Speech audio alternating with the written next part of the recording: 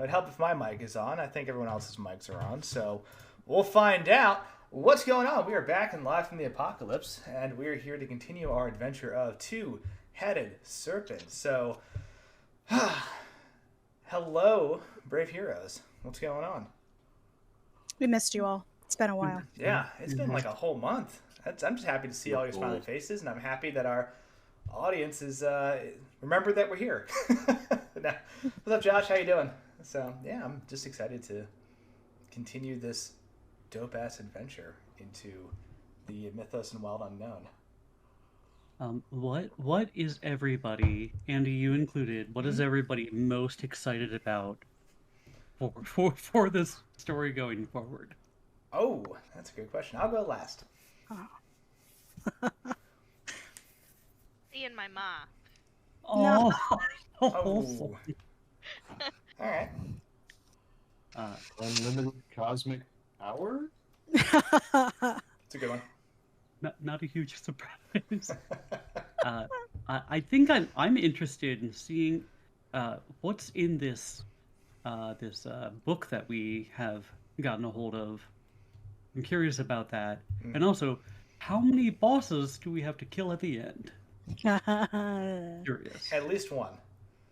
Great.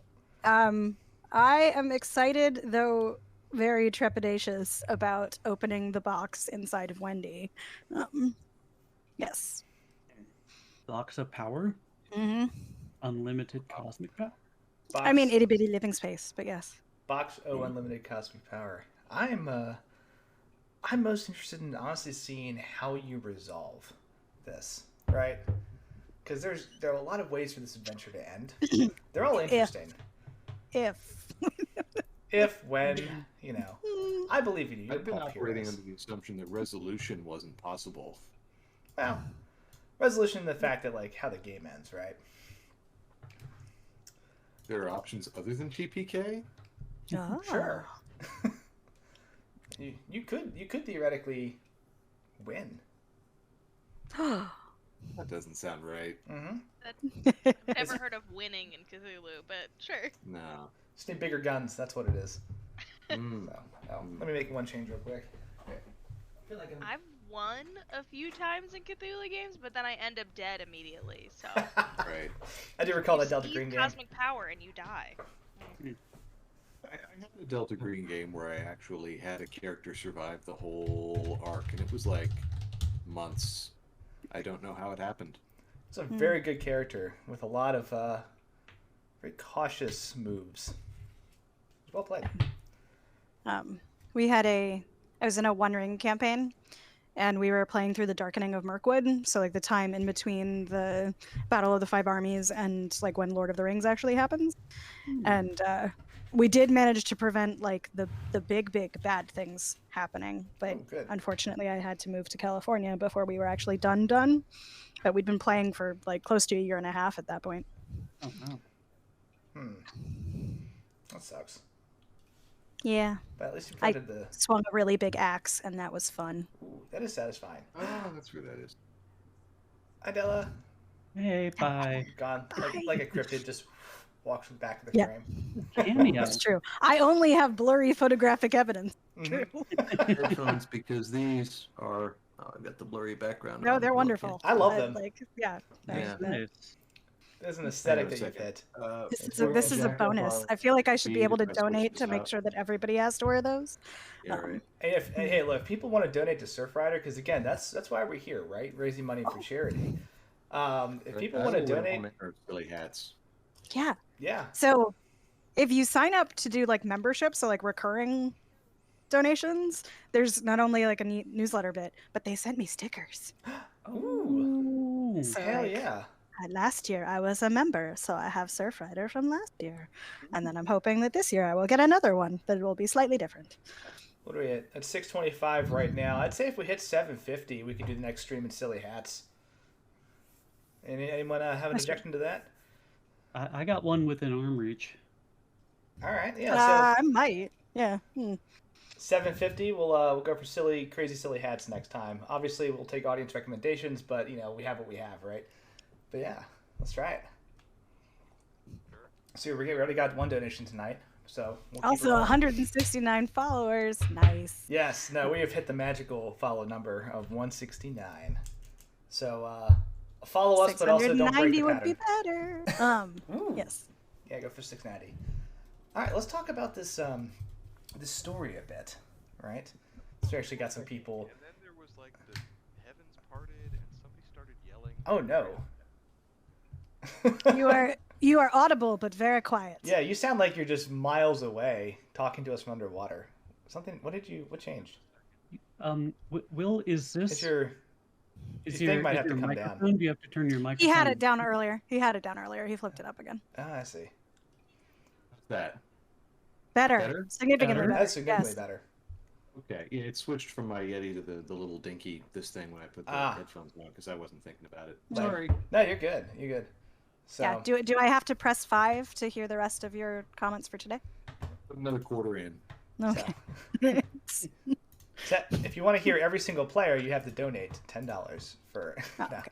That's right. That's why I'm blurry. Done? I'm blurry Each time? because my portion is DLC. So Yes.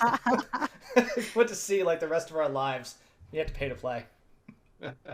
Actually, that part's fair. You guys are only allowed this rectangle at any given time. So, I can't promise any subscribe cat to cameos. She's in a box over there right now. The other one's asleep, probably on my pillow, you know. Will's audio is an NFT. oh my god. Oh, hell yeah. So So, somebody Right called. ticket. No. So somebody Caitlin, I called love NF you. Holy crap. toss a Oh coin my to your God. scholar. Yeah. It's good Somebody stuff. called NFTs monkey laundering in my hearing the other day, and I was so mad I didn't think of that first. That's Like, phenomenal. Oh, yeah. I know. I'm still salty about it. So I'm just thinking So- that I'll leave this gem, then we can move on, I guess. I think that, but you know what? Pass. We'll move on to another thing. I have a funny joke, but I don't think it's actually Riled funny. up. You don't want to get people riled up, commenting, following just to follow out of spite. I mean, yeah, if you You want to kinda follow me out of can't. spite, do it. Do it, cowards. We Why do dare you you. think I'm here? Yeah. We dare you. At live from the APOC. Do it. Spite follow. All right, cool. Let's get into this game. Yeah. Right? Yeah, we left at the train station in Bingham, Alabama, right? Everyone had just dealt with a rather insane combat where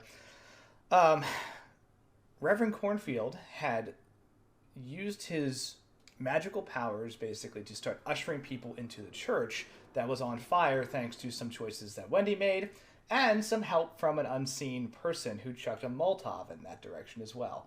Follow for the hot sauce shots. Hell yeah. It's a good reason to follow. When that all kind of broke bad, Professor Inverness used a little bit of magic to try to rip a book away from a woman named Evelyn Halls, who was running from the scene that you all were familiar with, who had done some mind magic on you in the past. And in this process, Professor Inverness managed to rip the book away from her, but unfortunately, he stared into the abyss too hard, and the abyss stared back. Ooh, what's that? It's my pondering orb, of course. Oh, All the wizards have to have a pondering orb. Good orb content. Nice. That's right. Chicken fried shenanigans. All right, Oh, we're it's in dumb as hell, Alabama. and I This can't is- stop laughing. I love it. So, there's of course a combat that ensues. Right, it gets a little crazy, and the bottom line is this: the church burns down, but Cecil managed to take out Reverend Cornfield with a very surgical shotgun blast to the face, with a dope one-liner that went with it. The rest of the people were kind of freed from the spell of this mind control, and so are a little blurry on what exactly happened, which is good for Cecil. Similarly, Kelly managed to wrestle the straight razor away from Oliver, who had been chasing around Miss Halls with said straight razor that he found at a barbershop, trying to just murder her because eldritch rage and sanity loss. So the rest of the group managed to Wendy managed to destroy the bizarre audio system that she found at the Telegraph, yeah. thank you, the telegraph office, right? In the confusion. At the end of all of this, there was a rising dark cloud that appeared in the horizon, and it spoke to all of you. And the voice said, I am a true servant of Yig, and I will not be stopped so easily. And with a surge of power and darkness, that cloud vanishes, leaving a weird, dark, dusty haze kind of settling over the town. You can see the crackles and the fire in the distance of the smoke of the church. It was actually, the plumes of smoke coming from it. You can hear people still running, trying to put the fire out. You hear confusion as people are trying to figure out who is where and account for family members. But the five of you, with Evelyn, who is still very KO'd, are just on the train platform. So the question I have to you is, what do you do? Well, Wendy might be hyperventilating a little bit because Cecil and I heard something as this red lightning struck in the distance. And the sensation of something trying to pull power from the behind my sternum, feeling of, not quite definitely gonna vomit, but a little bit of oh, we're never thought to feel the inside of my esophagus this way just happened. So yeah, I'm thinking Wendy's probably coughing, she just just swallowed a burr, and maybe is breathing on her knees on the train. Bring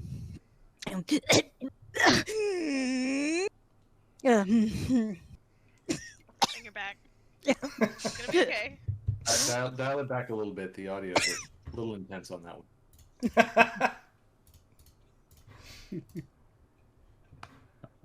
one. Cecil kind of sits down next to everybody. He wipes the board off as best he can, just kind of gives up, and then just sits his ass down, and he looks at everybody and says, would it surprise you if I told you that I had a vision? And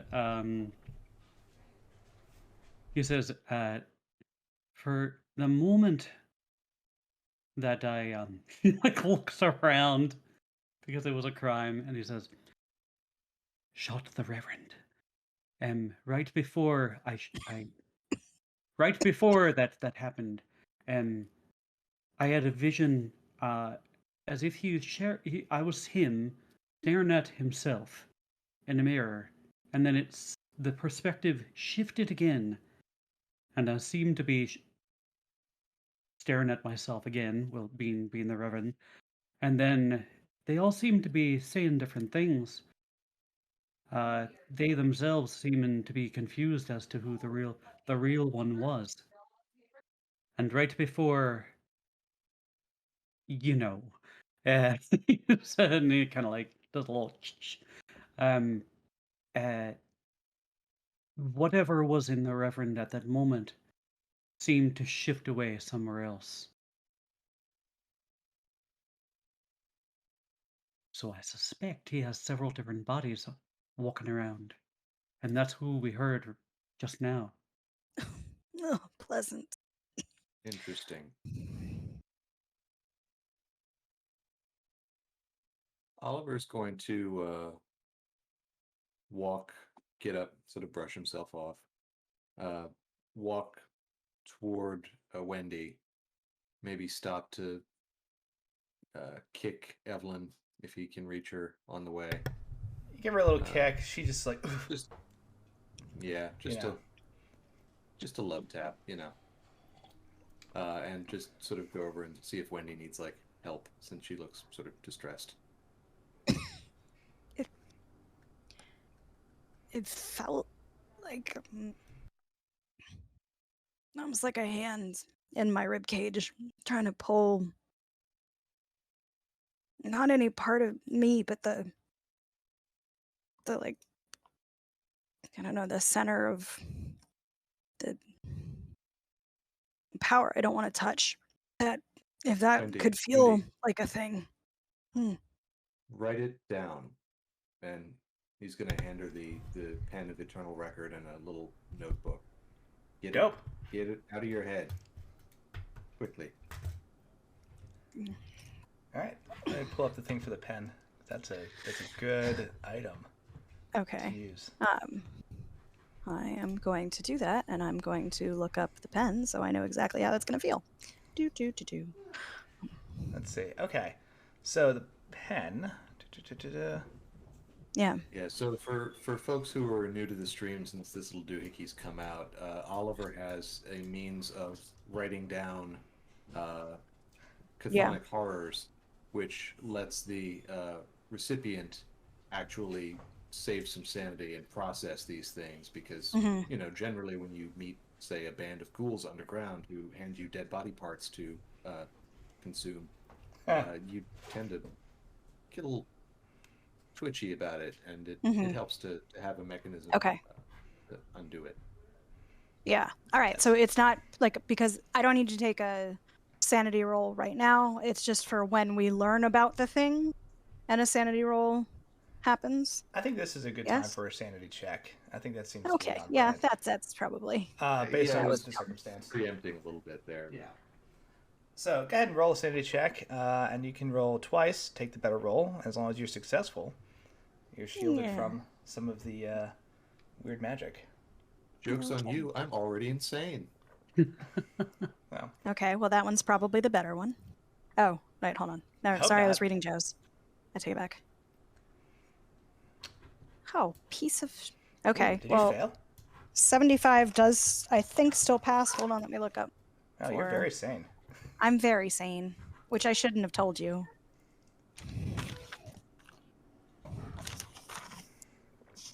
Are we all rolling? I know I lost 4 this is last just for time. Wendy. Okay. Oh, is it So- just for Wendy? Okay, I'm sorry. There's like dice flying all over the screen. It's all good. Trying Well, your luck, The Professor. red ones are me. I figured we'd roll the rest afterwards, but yeah. Okay, yeah, that does still pass sanity-wise. Damn, you get 75 sanity? All right, cool. Well, now I'm not telling you exactly how much sanity I have. Do I have to tell you how much sanity I have right now? No, I don't want to know. I have It's all 80 good. sanity right now. Oh, I believe you. Okay. So, And I feel like that sanity is now, on a short timer, but yes. you got 20 sanity? That's wild. So, you start to draw, right? And let me ask you this. What is it that you want to know about? You want to know more about the thing that attempted to... do you know more about the weird lightning storm? Or do you want to know more about like yourself and this weird power within? I feel like because it was very clearly targeting the power within, and that like we're not without avenues to learn about the thing that caused the red lightning. Wendy would be talking more about the box on the inside just to have a better idea of how to maybe protect against the actual ripping of my ribcage. Okay, so you want to keep that box closed still. Okay, cool. I wanna know what the box does. You start writing and drawing, and just your hands just kind of take over, moving completely, almost separate from your mind. You just let your mind go blank, and these drawings emerge on this paper. And one of the things you start to see over and over in these drawings is the potential of this odd... Oh. Change places. What just happened? I think we lost William for a second. Oh. So it's all good. He'll pop back in. But you you start drawing basically over and over and over, and it looks like different members of your family, and you start drawing out this odd, rough-looking family tree, and it seems like there is a power or a spiritualism or a magic, if you will, that is almost passed from person to person, and every time it changes hands becomes stronger. But you can see fuck. that Okay. as you start to draw it out, it starts with like, a much older gentleman, right? And then it's passed to, a daughter, passed to a son, passed to a son, passed to a daughter, down this family line. And the age in which this power is passed starts getting younger and younger. It's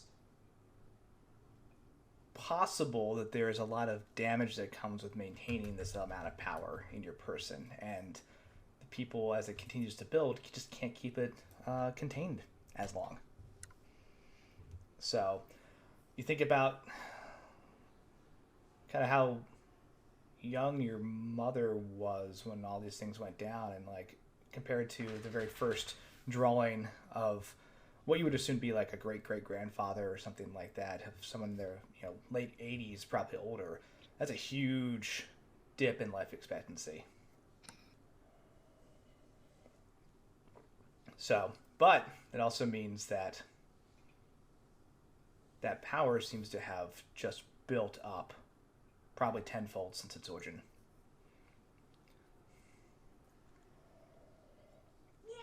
Something that could probably change realities if you could harness it.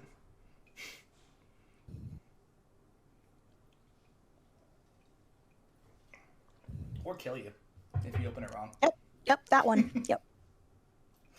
But yeah, it looks like there is amount of power stored up here that if you wanted to use it over time, it'd be dangerous but probably good. If you wanted to open it up as one massive blast, you could literally do world-altering things if you could control it.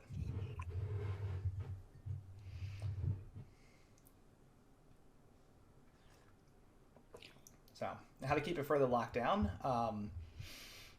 That's just about mental defenses, right? It's about stealing your mind and allowing these things to, about stealing your mind and understanding like the core of who you are and repelling these psychic assaults. And yes, I just switched coffee cups. It's all good. Okay. I don't know what that means, but all right. Back up. Oh yeah, I ran out of one. Or one of them is whiskey. I don't know, but God, I hope not. I'd die. A mana potion. Okay. But yeah, you draw over and over like these just generations of people. You see the power. You see things like mountains moving. You see things like changing tidal patterns. You see things like stars shifting. Like it's pretty wild. Some things you draw out that gives you this kind of rundown of what about second coffee of what this power could potentially do. Okay. As she's like reaching a good point of finishing this like rambling family twisted vine tree and like handing the pen back to Oliver, I think I'm gonna need to spend some time with Tyrannish the next time we get some downtime. Or Seems that way. I'm terrified and impressed. Congratulations.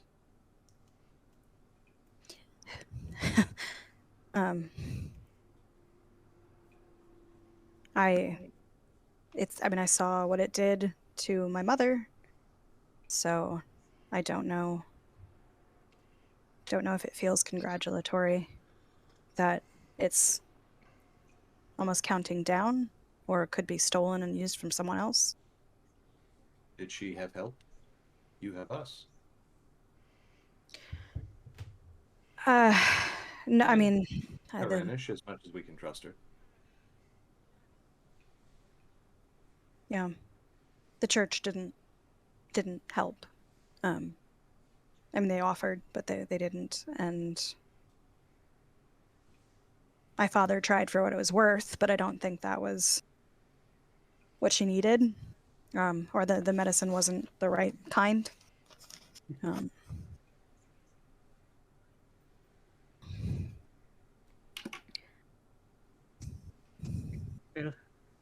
for what it's worth,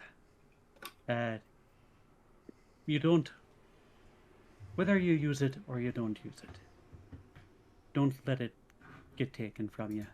It's a part of who you are, and it's part of your identity. So that builds up who you are, and it keeps us safe. So we can at least kind of go through with you and see if we can find a way to help fortify you the next time it happens, if it ever happens again. Just, like, look at the notebook. It seems like it will. I don't know if I can escape something like this. Well, then you need to live with it. I'd argue even Murphy here would probably be able to better prepare you than some of us. Murphy's very disciplined, hard worker, gym every day. Yeah, magic is not just about channeling power. I mean, I don't know anything about magic, but I'll, do my best. You did teach me one punch. I know one now. And that was an improvement. Yeah. Right. Speaking of magical words and books and whatever, he kind of like out of his jacket, kind of like pulls the book that Evelyn had. Look what I found. As the I'm wondering where that went. the bonfire in front of you that's just materialized there, just in the wind as you pull the book out. Sorry, it's that scene from The Mummy every time. Makes me happy. Okay. So I hear somebody talking in the background. I think it's a little one. Yeah. Oh. And a Cryptid. response to a little one. Yeah. Cryptids, check. Okay, cool. No worries. Creepy children voices. That's fine. I just want to make sure It's only creepy if he sings something slowly. True. Yeah, you pull out this book. It Especially is if it rhymes. brown leather-bound tome. It's about maybe 2-3 inches thick, right? It has writing all over it that you recognize, but may not entirely be able to read. You recognize that it is covered in the snake language Nakal, right? How do you spell that again? Ncall. Sorry, Ncaal, Nakal. Got it. But it's the same language that you saw in that cave with all those glyphs in Bolivia. It's the same language you saw in the computer systems in New Borneo, right? It's the thing that kind of keeps coming up over and over, and you see it again now on this book, and you're familiar with it enough to recognize it. Well, I'm gonna at least read the cover. Cool. You'd always Why read not? the cover first. Out loud? Yeah. Oh no, to myself. he looks horrified doing that. Murphy, Making sure I can't listen. It's been a hard day. We don't need any more trouble. I think you have a very good point, and a good sense of it, but right. Maybe only to myself. It says looking from Murphy to the fire that just went out in front of them. So, what is your Nakal skill? it is 12. 12? Okay. You can piece together the cover. I think all of you can kind of just sit down, and you've seen enough of this language. You've seen some samplings. Oh, sorry, you saw the scrolls as well that Tyranish had. We're also in the call. Yes. The front cover simply reads, "The Path Home." No, crap. Okay. Or like "The Way Home," or The translation's rough. It might be a new home. But we just talking about home. People want home somehow. So trying to get what's on the back? trying to get an We gotta exact back to translation. Yeah, my Nicole skill's not that good. Nah, it's definitely talking about going home or improving your home, one of the two. But like, not in a house. Reno of Tyrannish. I've seen the demo work, and that is top notch. They're going home. I mean, it's either that or the next Spider-Man movie, or whatever. Yeah, you are all welcome to make a Nicole roll to get an exact translation if you want to make the skill check. Yeah, and this overlay. Any of that, so. All I right. feel like says fragile. Just must be Italian or something. That's crazy. Spelled like a skate. Yeah, no. 44? Nah. Nope. 70? No. Yep. Yeah, you have an idea of what it might be, but it's the literal translation is all sorts of crazy. Do you still have a telepathic link to Snake Mom or not? You do. That was opened. She did say that you could, with time and preparation, sit down and talk with her. It'd take about 20 minutes. So you also have Evelyn with you if you wanted to like ask her. Poker. That is an opportunity as well. I mean, there's always hypnosis. You just so that I'm not sure why more people don't have this skill. Well, if we, the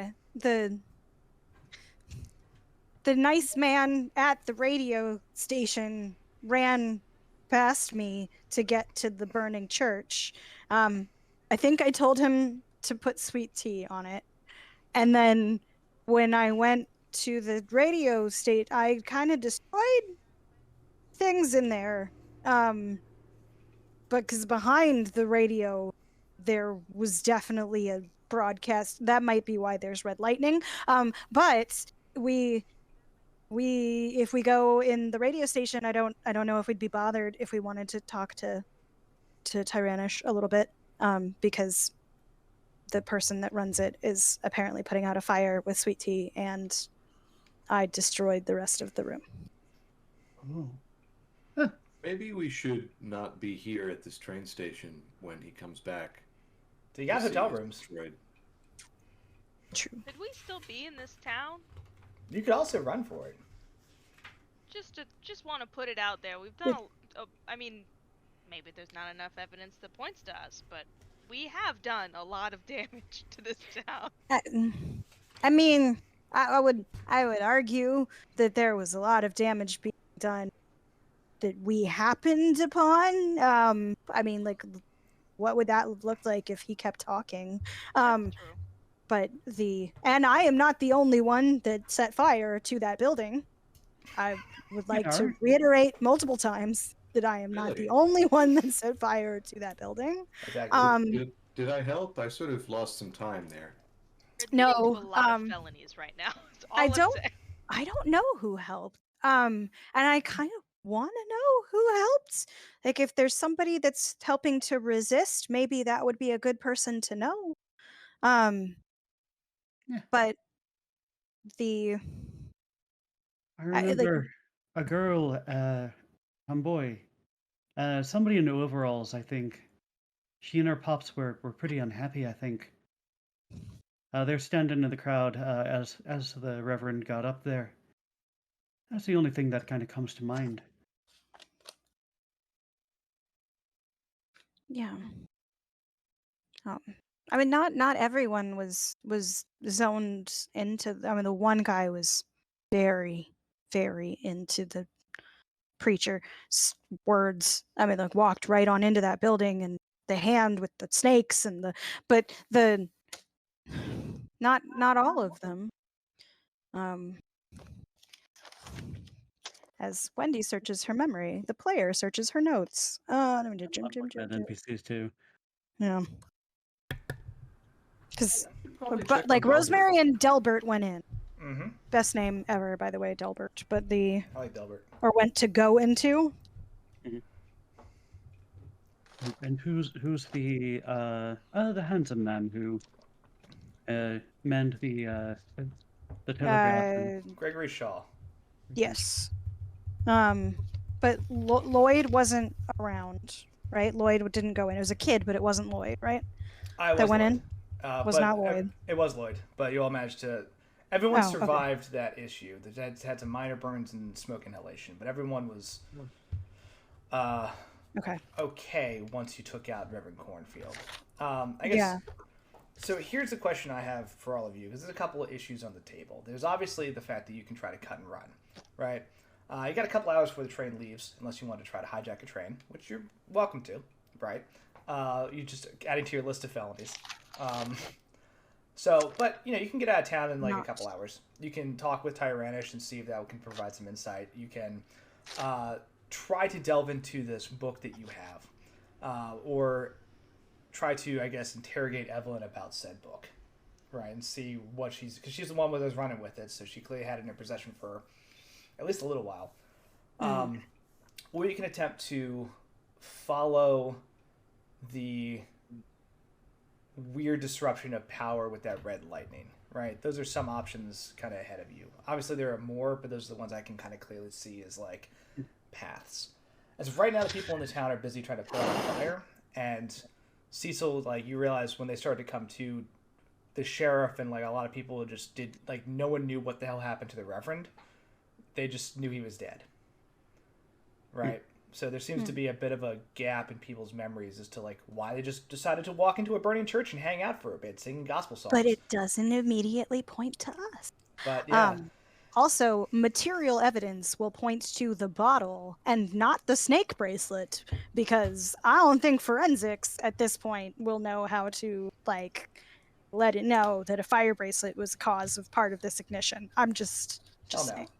So I propose, if I may, that we take Evelyn into a rail car and interrogate her for some time. Okay. About the nature of this book. That's one of the scarier suggestions that you've made just on the face of it, but yes. All right. Yeah. Evelyn has been kind of just, ever since you gave her that like little love tap nudge to the ribs, she kind of like flopped over, and her nice dark dress is now just like covered in dust, is definitely like torn at different places just from like running and exerting herself. Her hair's a mess. Her like eyeshadow is all just like her done up professional complexion has just been destroyed, and she looks not great.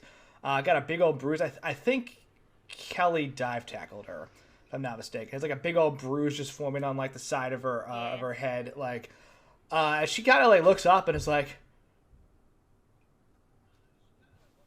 "Okay, I surrender.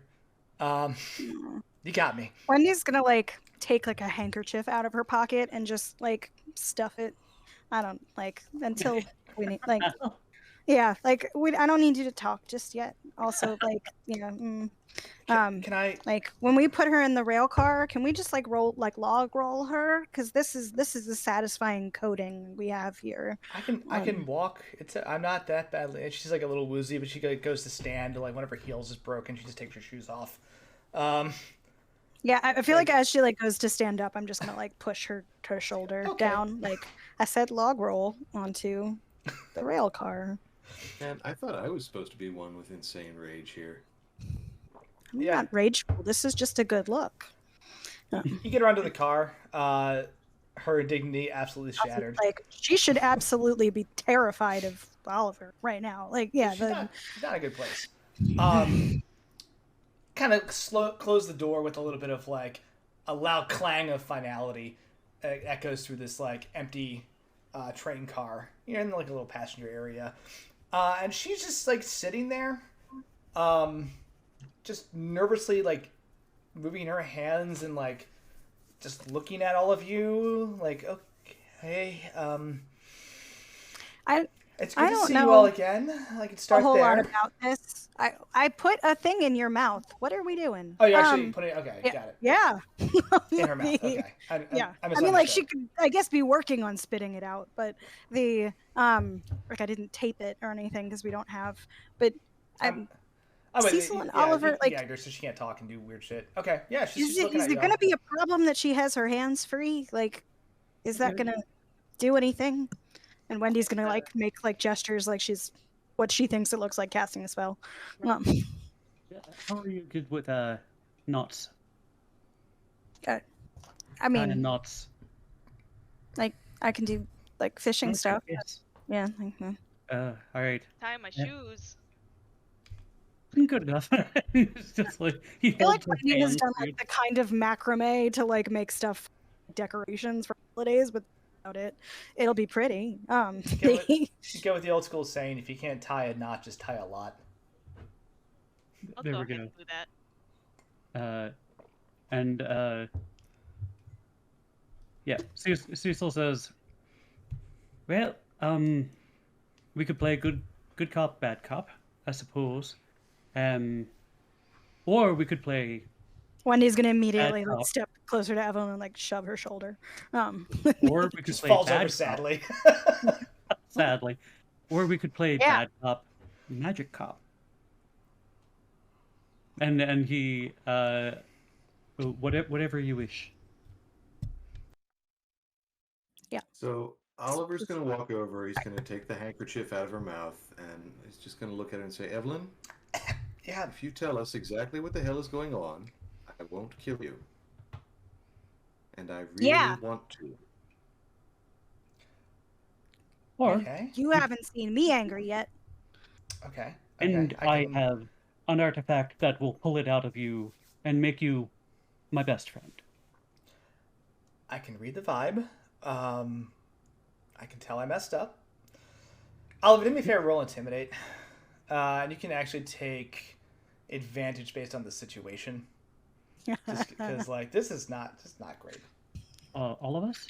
I Just Oliver. was just like, I don't know if mine's gonna be helpful. I can try. Let's see. Do I have intimidate?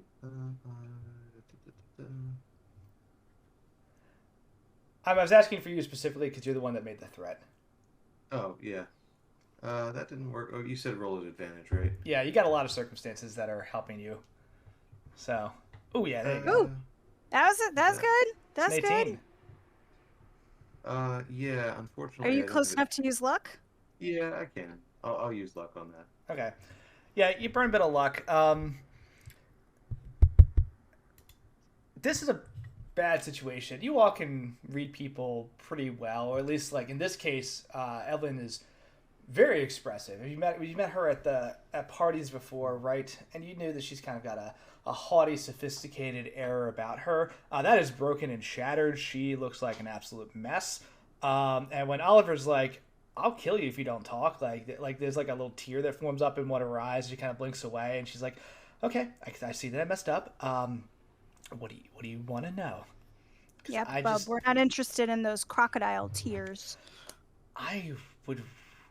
Evelyn, I didn't think this would get this bad. I'm sorry.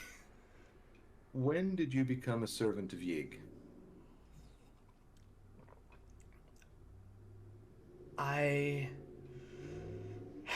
See, you may not believe me, but I don't actually get into all the crazy stuff that Caduceus is. I'm here for the money. Like, and if we don't believe you, I can tell you. Okay, let me start from the beginning. All right, I'll tell you why I'm here. I'll tell you what Mr. Medham asked me to do. Okay, and I think that'll. Okay, so you remember when we first met, and we were like, we all don't friendly? want your sob story, doll. We want the truth. You're all terrible.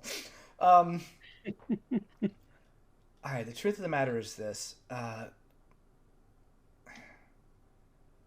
Dr. Goncalves, at the behest of, I assume, Mr. Medham, asked me to come out here and worked with Reverend Cornfield to test out some new stuff on this town. basically a way to amplify persuasion magic. And it made sense. It's something I'm good at. Sorry, again, for that whole incident. But gave me the book, asked me to read a couple things from it. They taught me a little bit of Nicole or whatever it is to make it happen, right? But the goal was to make sure that the Reverend could basically convert the town, and that was the goal, to make sure that people would follow him and listen to him. Something about like testing that on a greater scale at some point, and then yeah, I think. Yeah, I just wanted to make sure that was going to work, and I was trying to help out the Reverend by amplifying that magic. Do you know what the relationship between Mr. Medham and the Reverend was? I don't.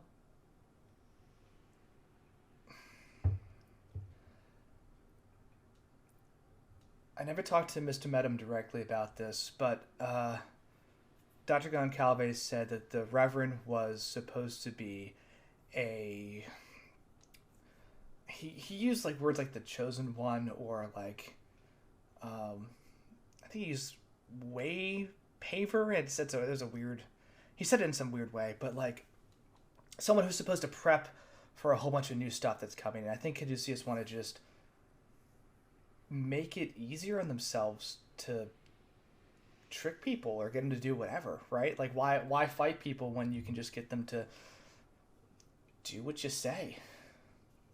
And so that was the test. And they talked about trying to amplify it, and what went wrong?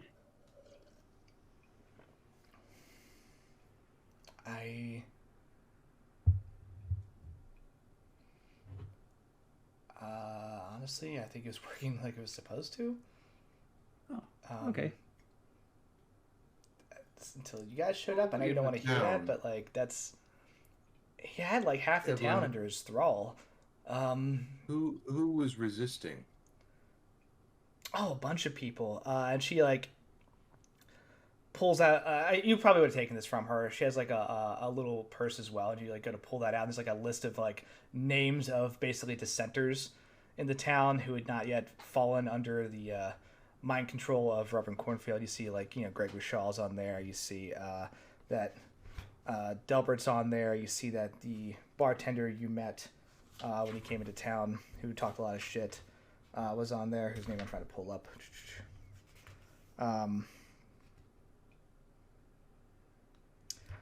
Yeah, there's a bunch of people, but as you can see, like about 30-40% of the town's like listed out there as people who haven't like flipped over yet to the faith, as it says on the list.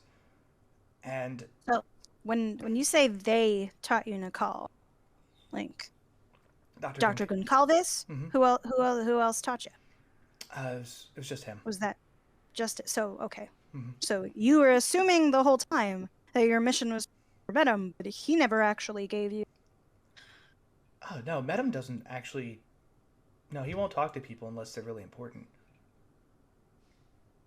And I guess. Yes, you weren't important enough.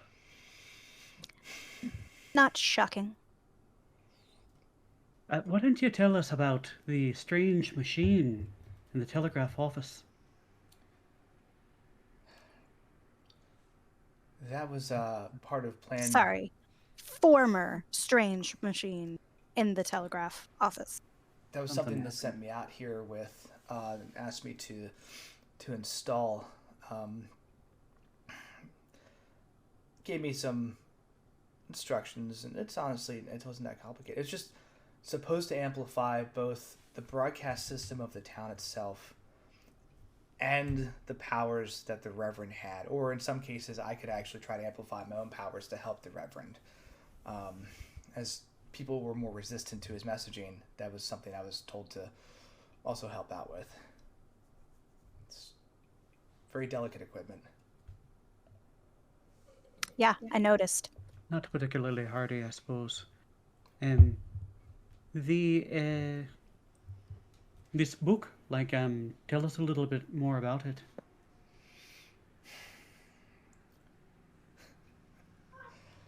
The way home, path home, home improvement.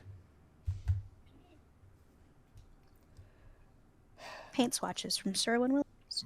They asked me to read a couple passages out of the book to kind of kickstart the Reverend's power, right? Or his prophesizing.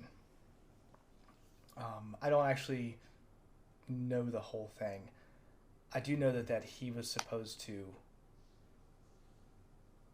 improve conditions. What's the word that Goncalves kept using for Caduceus for their next move? And what is their next move? I don't know. They just paid me a lot of money to come out here, and I was supposed to be out here for a month doing this.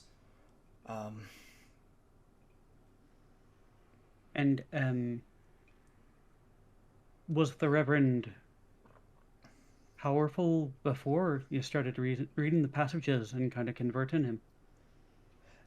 She gives you a weird look and goes, "Yeah, he was actually. That was the weirdest thing. Like I was under the impression that he was just a guy with some like social following or influence, but he had some power beforehand. And like the craziest thing was everyone in the town was already convinced, or at least a lot of people in town were already convinced that he was special somehow because he'd wandered off into the wilderness and did like a 40 days like for straight out of the Bible kind of thing, and he came back and." I mean, they said he was different, but I don't know what that means. But I do know that he had power when he came back, or when I first met him. And I didn't expect that.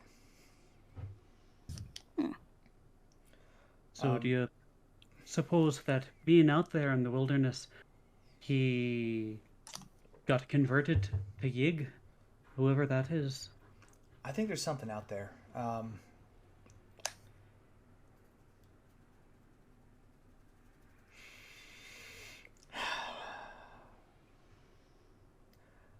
Do me a favor, roll.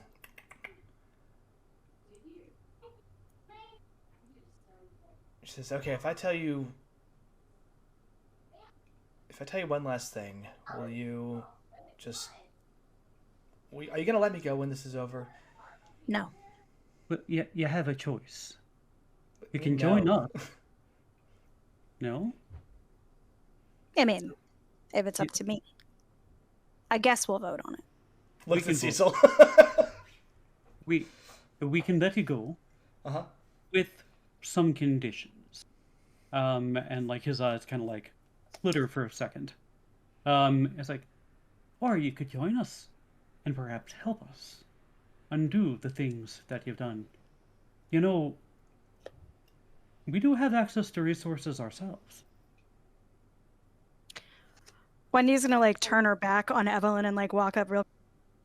I'm gonna pretend right now like I'm trying to talk you out of this action, but like we can't trust her. What on earth are you thinking? Maybe get more information on her. She's very powerful. She's only really in it for the money. Yeah, but like she's powerful. So like what happens if like we're asleep and she, I don't know, hexes you? Yeah. Burn that bridge when it comes to it. All right. I'm just saying. I don't have to like it. I'm still gonna pretend like I don't like it even more. Okay. Okay. I'm just saying hypnotism solves a lot of problems. Okay. And like Wendy's gonna turn around and be like, all right, fine. But like she doesn't need all of her. There are. Oliver Murphy, I don't know if you can think of a third option.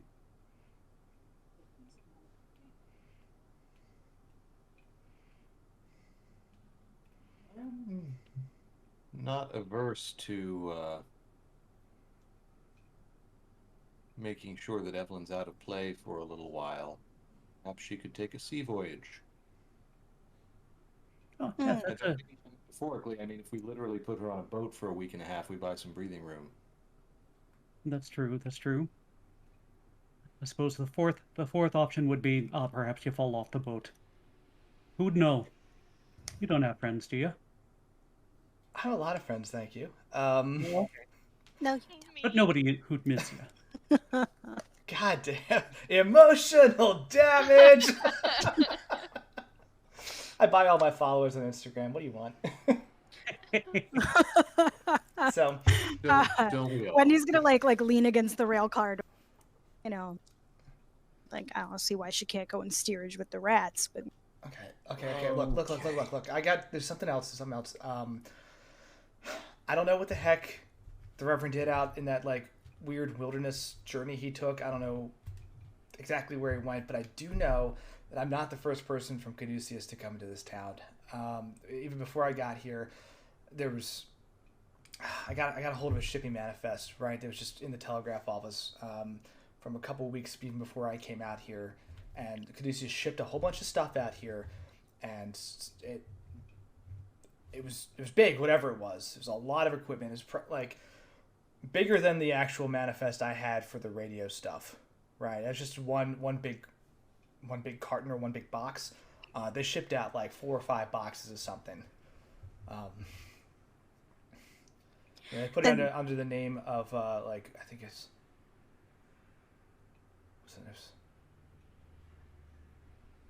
Browning Industrial. It was not a Caduceus name, but like it was something that it had all the stuff that like I can't tell you how I know it, but it felt like them, right? It's not the first time they've used a different name. All right, we'll look for the manifest in the telegraph office. In the meantime, why don't you tell me what exactly it was you were reading out of this book to amplify the Reverend's power? She says, "Can I?" Oh, you can tell us page So- numbers. There's one of the corners is folded, about 3/4 of the way through. Is there a dog-eared? Yeah, it's like a page? little dog-eared page. You go to open it up, and it looks like there is just a bunch of ritual incantations. It's interesting because some of those pictures involve some of the pictures that go with it involve basically like an aura around a person expanding. Some of the pictures involved show people transforming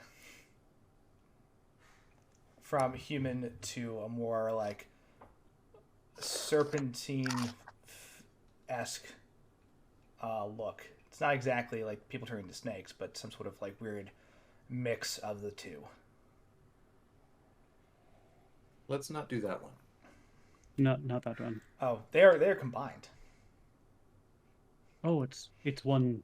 It looks like it's like, oh, this happens, and then this happens. If you'd like to roll a call again, you're welcome to, and you can take advantage since you have Evelyn hostage for this. everyone that we talked to in town said the Reverend had been here for a long yeah. time, right? Like he's not a new. No, Revan's been around for a minute. Yeah. Got it. 11. Yeah, I'm gonna burn some luck to get that down. Cool. Mark that as a success, so you can improve your call. Yeah, it is bad. But Nothing on my end. Oliver, you have occasional insane understanding of things. You stare at the letters of this, or the characters of this book. You don't actually know Nicole, but you exert your will upon the reality of this book and force the letters to reveal their actual meaning to you. As you were just trying to better interpret this, and like the characters start to like swirl and change until you're basically reading it in English. Just for you. Everyone else just watches Oliver just stare at this book with like laser-like focus for a solid minute. And Don't forget to blink, fella. Wendy's gonna like stare at Evelyn and be like, you don't even want to know what his brain. Pigeon watching. What you watching? Jins. Okay. So the ritual is a twofold thing. Is it basically an expansion of power to be a representative of Yig on this plane? the way it seems to read is that it imbues you with the divine, like the serpent's tongue, basically, like the divine influence of Yig himself to be able to change minds and convert followers. It also allows for the conversion of the heart, body, and soul, if you will, where a person can ascend to a more pure form, i.e., can start to transform into a snake person through what you've assumed is like a magical type of lay on hands. So I can make it out. We can't use this, and he sort of looks pointedly at But- Cecil.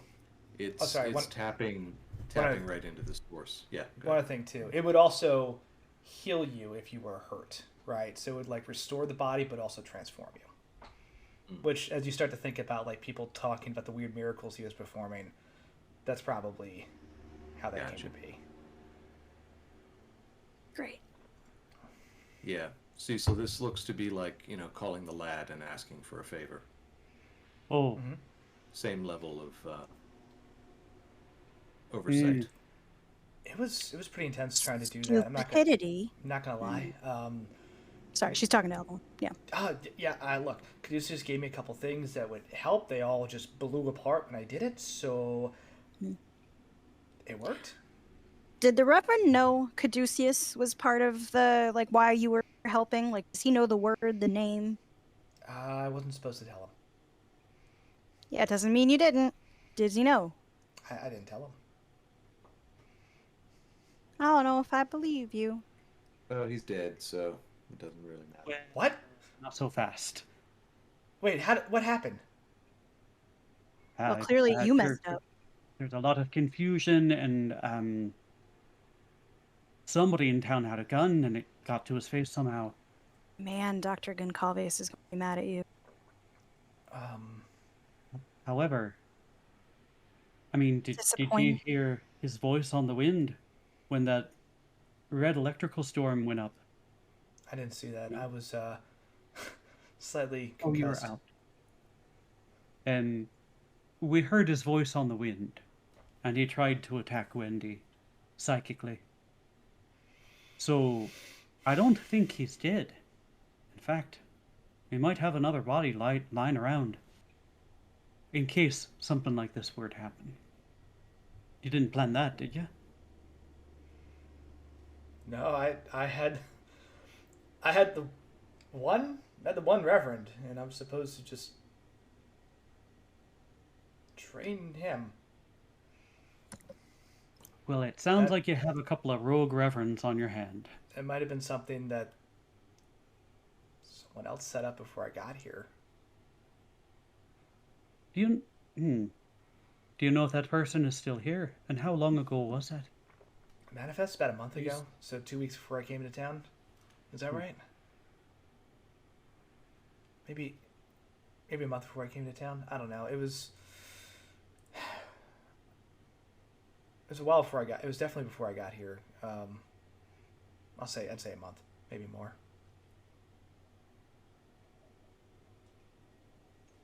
If we let you go, what would you do? You can be honest, or I can make you be honest.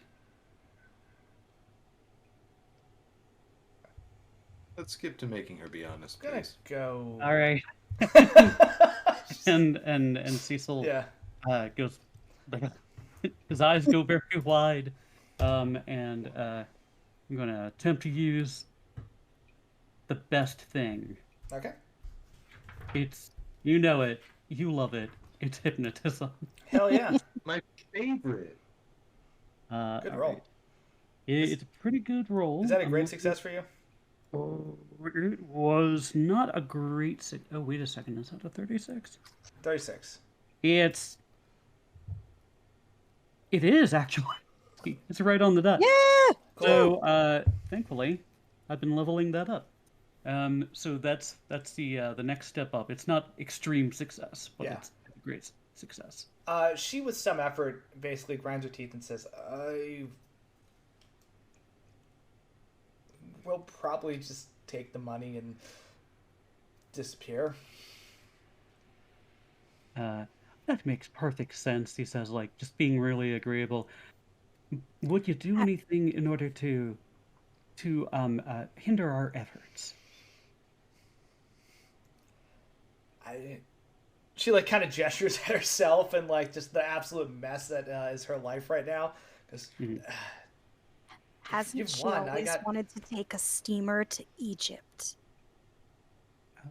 Okay, Yeah. later. You've won this one. I'm.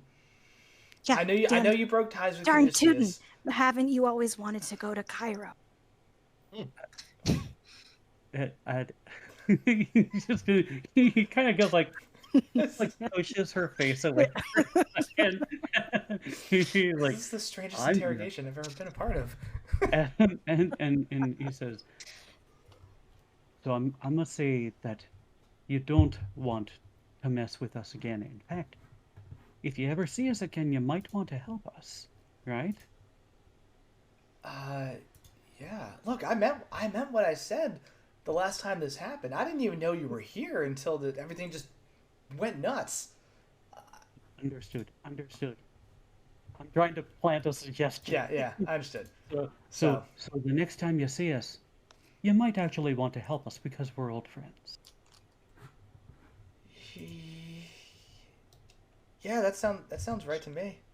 Okay, and you've probably always wanted to go to Egypt, haven't you? Like, keeps on pushing at Wendy. That sounds great this time of year. It sounds fantastic. Sounds exotic. It sounds very exotic.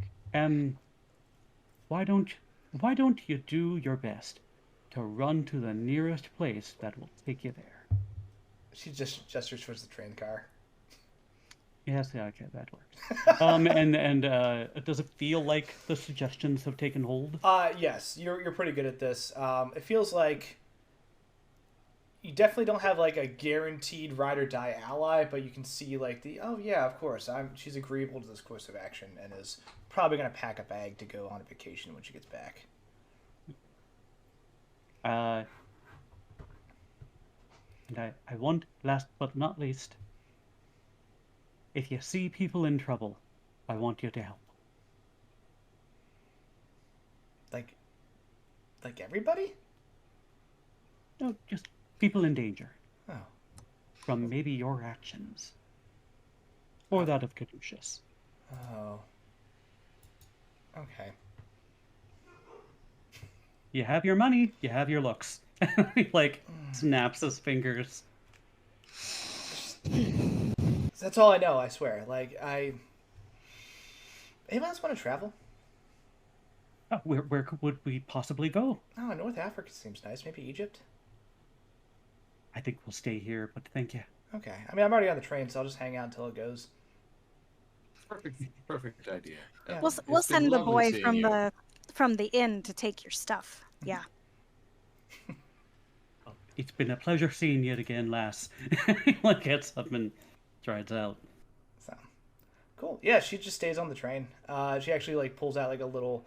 If you leave her with her purse, she has like a makeup kit in there, and she like pulls that out and tries to like fix her hair and her, like the rest of her appearance, like a little mirror and everything. Just... Yeah. I love that falling down in the dirt and losing a book. She's like, my life is ruined. Look at what could I possibly do now? Anyway. But yeah. All right. So as far as you can tell, yeah, she is taking the suggestion and seems to be out of the picture for now. So Okay. you exit the train. The smoke in the distance has settled, right? There's still a few wisps of it, but it looks like people have managed to either get the fire under control or it has burned itself out, one of the two. Based on what you saw, Cecil, in the town square, it's probably the latter. That shit was hella ablaze when you ran out, so there's probably no more church to burn. Eventually, the people in the town will go back to trying to figure out what happened now that the crisis is over, right? Mm. So what do you all do next?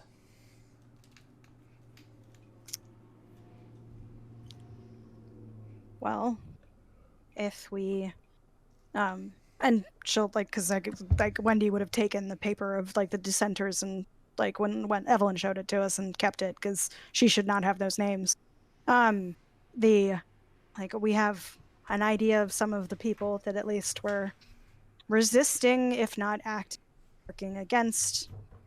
Though it does seem like the bartender is probably a good, resilient first step. I could go for a drink. We should send someone from the inn with Evelyn to expedite her getting out of here faster before it's too tempting to set the train on fire. And then That sounds like a you problem, miss. Just commit arson once, and now you just can't stop. maybe somebody will throw a bomb. Two in one day would be excessive even for you. Wow. Yeah, you cut out of there a little bit last. What'd you say? The professor's right. We should send her stuff just so she gets out of here a little faster, and maybe talk to the bartender as one of the best contacts for people who are resisting / dissenting. Because Delbert seemed like he was resistant, but he was walking towards the church at the end there, and the only other maybe lead we have is the nice man from the telegraph station, but I did just destroy his telegraph station. Well, the room behind the telegraph station, his stuff might be fine. I don't know. That dashingly handsome lad, I'm sure, has no idea. He's wearing a wedding ring. It's fine. That is too bad. Let's Sure, see if lovely. we can get ourselves a drink. I don't think Evelyn. Probably wears a frilly apron. Oh. Quite possibly. But I don't think that Evelyn is going anywhere too quick. I'm all for a drink. I don't even know how to make fried chicken. You walk into the Deerhead Saloon. Sorry. That's very good. I love it so much. You walk back into the Deerhead Saloon. Maurice is still there behind the bar, right? Do you want to take a break here? Yeah, let's take 5. Okay, Sure. Yeah, let's take 5 real quick. We will be right back. Don't go anywhere. We're getting a little breathing from your mic. Can you put it further away? Sure.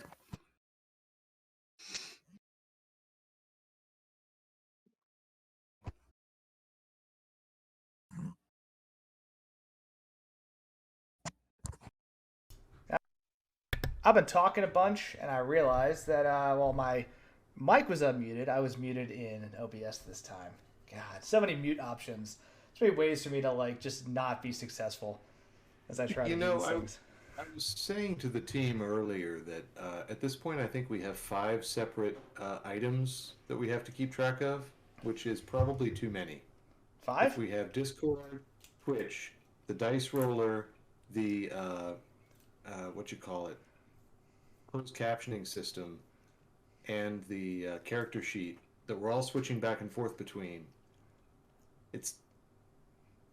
It's a lot of things to make sure that they're all aligned, and times 5, that's 25 different permutations of these things, which could all be incorrect at some point. Here's the life hack. Just keep buying new monitors. Just fill your whole wall with monitors until you have just enough, one monitor for everything. I'm just saying, let's be cautious about sort of adding additional complexity beyond this. No, I feel you. I think the CC is the last thing that I'm going to add, because if we do add something new, it'll be probably replacing something rather than... I just don't... And now we've got a thing where you can put, like, a funny nose and cat ears on your favorite player for, like, a donation. And it's like, I don't... I mean, I can just do that IRL. Yeah. First off, I love screens. I can't get enough. Second off, I love screens. No, I'm kidding. Look, I'm as addicted to my little black rectangle as the rest of you, but yeah. I only have the one monitor. I don't really have room for another one. Neither do I, but I'm gonna ask for one. So. That's the new... Yeah, I have to reconfigure. But totally heard. I messed up. I should not have sent you all dice. I should have sent you additional monitors. That was not in my budget though. So I was gonna say, like, no, I don't have extra monitor kind of money. I do love those dice and how they came together. they're so Yeah, cool. thank you so much. Andy sent us very, very scaly, different colored dice, because he is a thoughtful gentleman who is very kind and considerate, and picked out different flavors of I think scale we're live dice. yet, Joe. How pretty. Are And we? they're so heavy. Yeah, They have that wonderful heft. they are definitely like got a good like I solid don't know dunk if to you can them. hear this. You hear Actually, that? no. I don't think so. Good sound blocking, whatever you got going on. Yeah. Yeah. So snake dice are good. Yeah, I would love to plug the shop on Etsy, but I don't have it up, and I can't remember what it was. But they made a quality thing. It took forever to ship. I don't think that was their fault. I blame The world. The world. Right now. Yes. But yeah, Well, the question with special custom dice is always how good are they at actually being dice? this is true. I think these are pretty well balanced, but I've also just been. I mean, I don't know. Who knows? They look cool. That's half the battle, right? Yeah. Hot tip for all of you out there that have beautiful dice and they're solid. What you want to do is there's danger of like most of the dice being like solid and then the rest of it being kind of like powder, like chalky stuff in there. So what you want to do, get a big glass of water, get a lot of salt, put the salt in the water, make a solution, right? Yeah, old science stuff. And then if it's like a plastic dice and you're like, I don't trust this dice, I always get like 7, 18, 1, and 3, and you put that in there, just give it a little tap, and because it's now this solution that allows it to kind of float, it will, like, the hard part of it will go down, and you will see the numbers that you are not wrong. You will not the float wrong. test. Yep. There's something wrong with your dice. But that's why I always get clear dice or organic dice, like metal lead. Oh, okay. It's like organic dice. Where do they grow those? Ah, yes. Yes, It's funny farm to you- table dice. God, can I start an organic dice farm? Organic material. Give up this stupid racket I got going on. Oh man, it. catchphrase for it: grow and roll. Oh, that's good. That's good shit. All right, let's ditch the stream and now just get into organic dice growing. Yes. Uh, Our next YouTube release will be, Tomato dice. So you head back to the Deerhead Saloon. I would like everyone, as you're on your way there, to roll me a spot hidden, please. Okay. And this is. Ooh, somebody still has the noise on. It's all good. Actually, it's very fun. 99. Yeah, I win. Yeah, 99 problems, but seeing those is not one of them. Being the assassin isn't one of them. 5. So and not a great success, but still a success. I succeed. Okay. Succeed. Ash? No? Okay. Cool. Wendy and Oliver, I think you notice Please pick a place to sit. Thank you. as you're heading towards the Deerhead Saloon, you can see there is a commotion down that one main street we talked about with like the one stop sign in this town. Yeah, 750 people. It's not huge. But you can look almost straight down towards, now that you know it's there, where the church was, right? And you can see there's a gathering of people who have kind of like swarmed together around the sheriff's car. And there seems to be something going on down there. It doesn't look like people are freaking out, but there's just a lot of people gathering in one spot. And then they start moving. Did you say you got regular successes? Yeah, regular success. Okay. They seem to be putting something on top of the sheriff's car, and then they are just slowly driving off towards the edge of town. Well, that was weird. Mm. Like, when you say something, like, bigger than a bread box? Body sized. Okay, that's what I was afraid of. Yep. Okay. What was weird, he ashamedly says, I was thinking about hypnosis. Was there something that you saw? Looks like they just loaded up the Reverend onto the back of the sheriff's wagon and headed to the edge of town. Oof. But, ew. And why? And ew, Mm. and ew. Okay, Well, they can't have services it's a- in the church now, can they, Miles? But, like, do you think any of the rest of them know, like, the secret woods place that he communicated with? I've a feeling... Okay, well, we're in a small southern town. If I go up to a car that's, say, parked next to a business, is it likely to, say, be unlocked? Roll luck. Okay.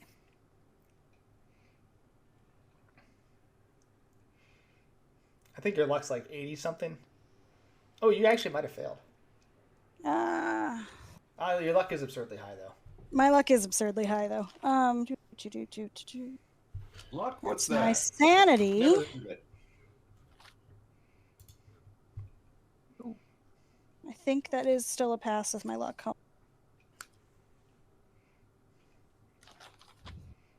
Because I came back.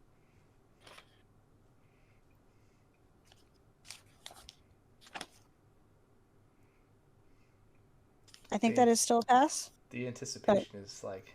I'm sorry. It's building. So suspenseful. That is still a pass. Hell yeah. Yeah, you just, like, go and pull the, driver's side door, and it unlocks. So... Okay.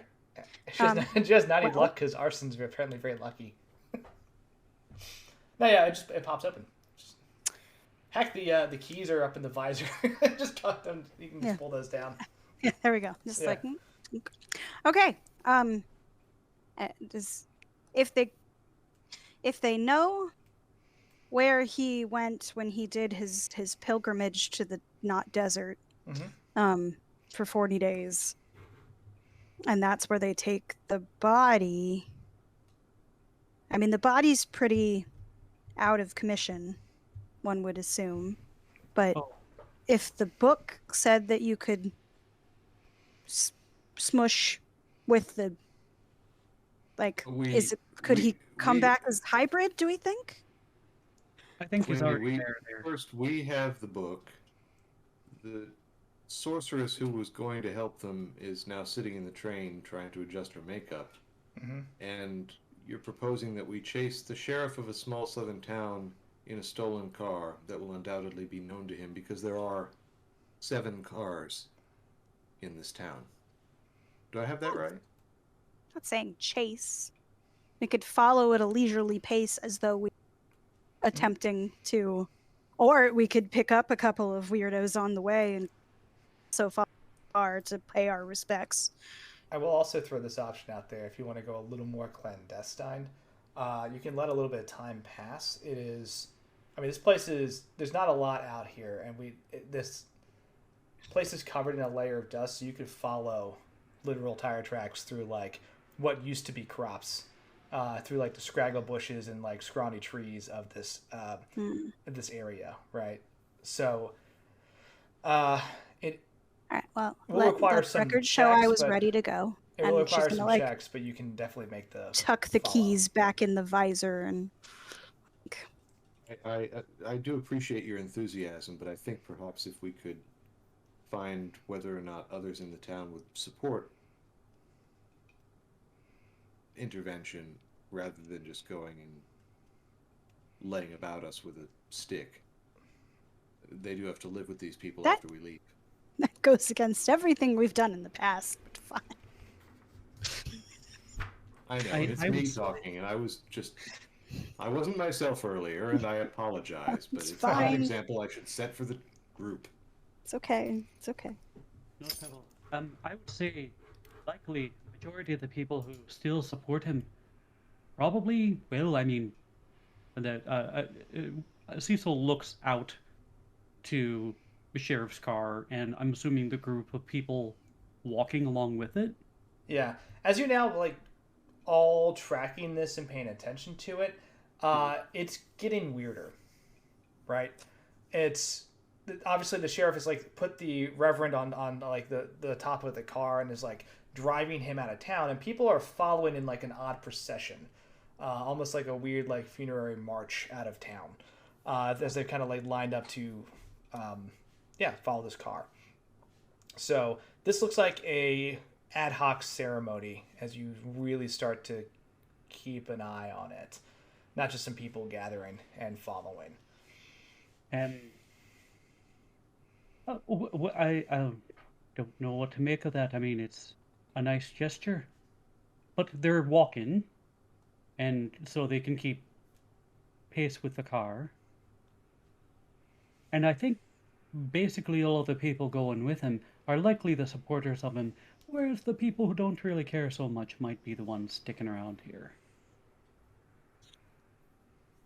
Fair. Wild Does guess. anyone remember the bartender's name? It's Maurice. Maurice. Thank you. Okay. And Some people call him that anyway. so, Some people we call him take- the Right, nectar it of was love. right there. Yeah. I'm not proud. I mean, So gather information, perhaps figure out where this fella may have gone okay. for 40 days. Yeah. You head back into. Okay, you take note of that. You head back into the Deerhead Saloon. It's cleared out from earlier. You know, there are a couple people that were eating those fried chicken sandwiches, and there are some people who were just kind of lounging around. Now it's just Maurice and one other person in this bar, right? The person with like short hair, bigger hat, overalls, kind of just chilling in the corner, drinking a beer, and kind of gives you a quick look as you come in, and goes back to drinking their beer. Maurice kind of looks. Is this the girl that Cecil saw in the crowd, or no? Yes. The tomboy? Yeah. Okay. So I was thinking, I was like, do I have to make you roll for this? No. Cecil, you recognize her from the crowd. But Maurice looks at all of you and goes, "Oh, hey, that was quick. If you want another sandwich, I can make some more, but I didn't expect you to come back till at least maybe tomorrow. You all, everything good out there? I heard there's some issues with the church." What on earth is going on here? I thought this would be a pleasant town. I think someone just set the church on fire.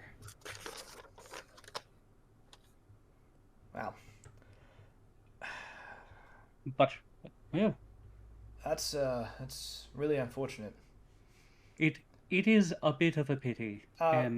Roll psychology while you're having this Yeah. conversation. Let me see. Keep on reaching for my pretty dice. You are welcome to roll the pretty dice if you'd like.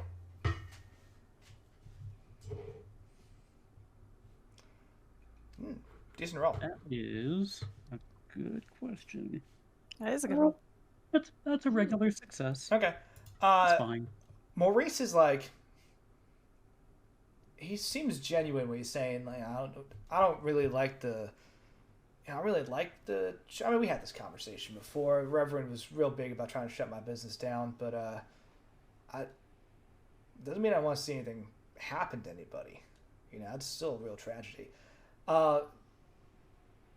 Girl in the corner, like as you're talking about this, kind of just slouches down a little more in the booth as she continues to drink her beer. Well, if you ask me, What bottle is that beer in? Glass bottle. Crazy. Like one of those like nice firm glass bottles you could just chuck. Yeah. Okay.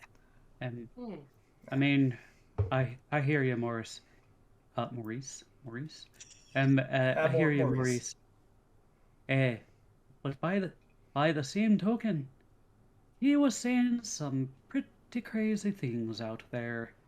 So they've just got them all riled up. Set fire to their own church. I'm not saying that it's the best thing that it could have happened, but I guess I'm not sure what to say. I'm not from here, so a bottle of beer, I please. know. I'll say you from definitely my- came at a weird time. Yes, I just watched a man be bit by a rattlesnake in the middle of the main street, and nobody did anything. I tried to render aid to the poor Yes. fellow. I Poor think Albert. he's okay. Yeah, you know Albert, right? Yeah, I know. Bit by a Albert. rattlesnake And at then the Reverend's behest. walked Damnedest thing I've into ever the seen. Don't roll psychology. went to on this. walk into the burning building. What the hell's going on here? He like looks at the four of you, like lines up 4 glasses, like pours out 4 whiskeys. He goes, Please. all right. I need something weird's about to happen. I need Oliver to roll luck. Terrifying words. Oh, yeah, I have that. Wendy's gonna like tap her shot glass closer to the professor's and I'm not lucky. All right. I never am. He gives you a look. He looks over at the woman drinking the beer. She looks back at him and he nods. Just says,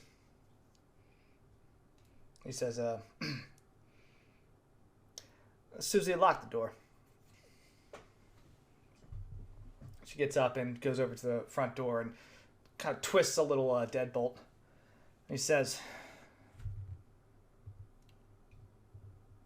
all right, I'm going to level with y'all. Right? Try to play the neutral bartender, right? Try to let people go about their business. But truth be told,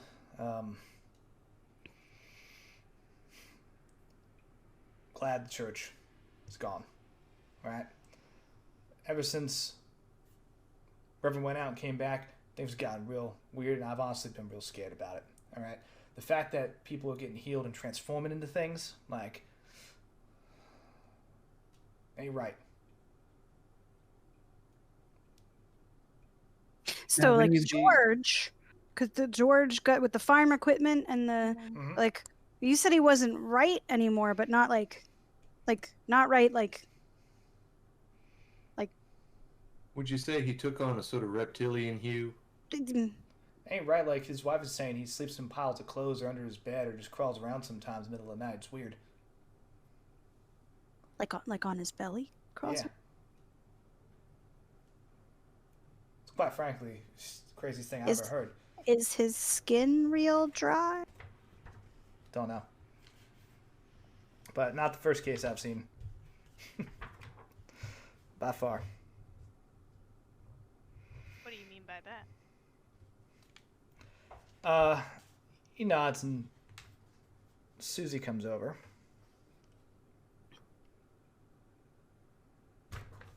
Sorry, I'm trying to pull up a certain page because that is important. 2 things.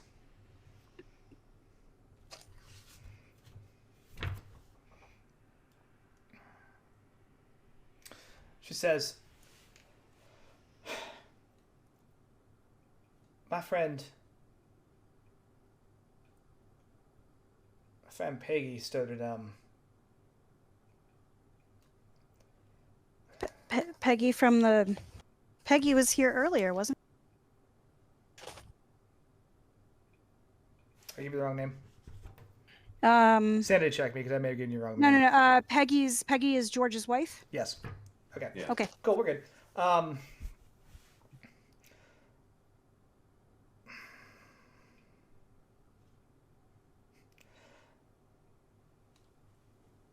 Friend Peggy has she hasn't told her husband this, but she's been shedding skin. Like A snake would. Mm-hmm. She was having issues with her.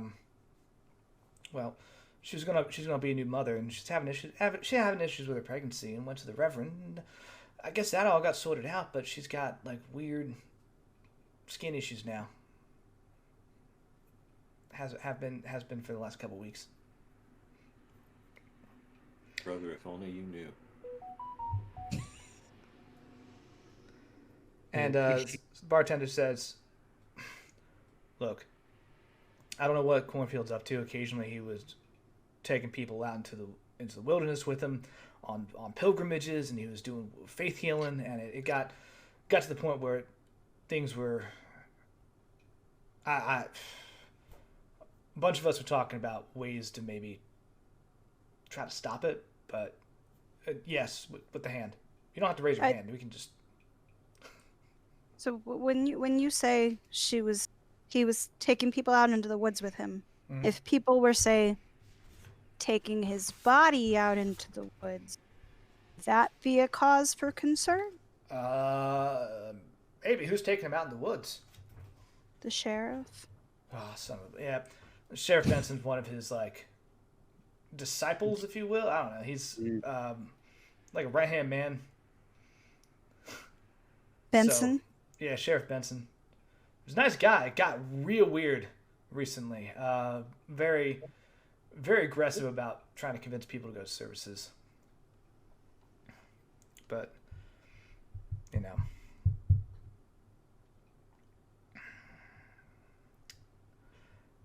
Susie gives you a look. Wendy, and says, I think you and I had the same idea when things got crazy. But we're looking for an opportunity for a long time, and just decided to maybe if we got rid of the church, we get rid of the problems. But I didn't hit you with the Molotov, did I? I didn't realize you were there. I didn't think anybody else would be back there. Susie, it's nice to meet you.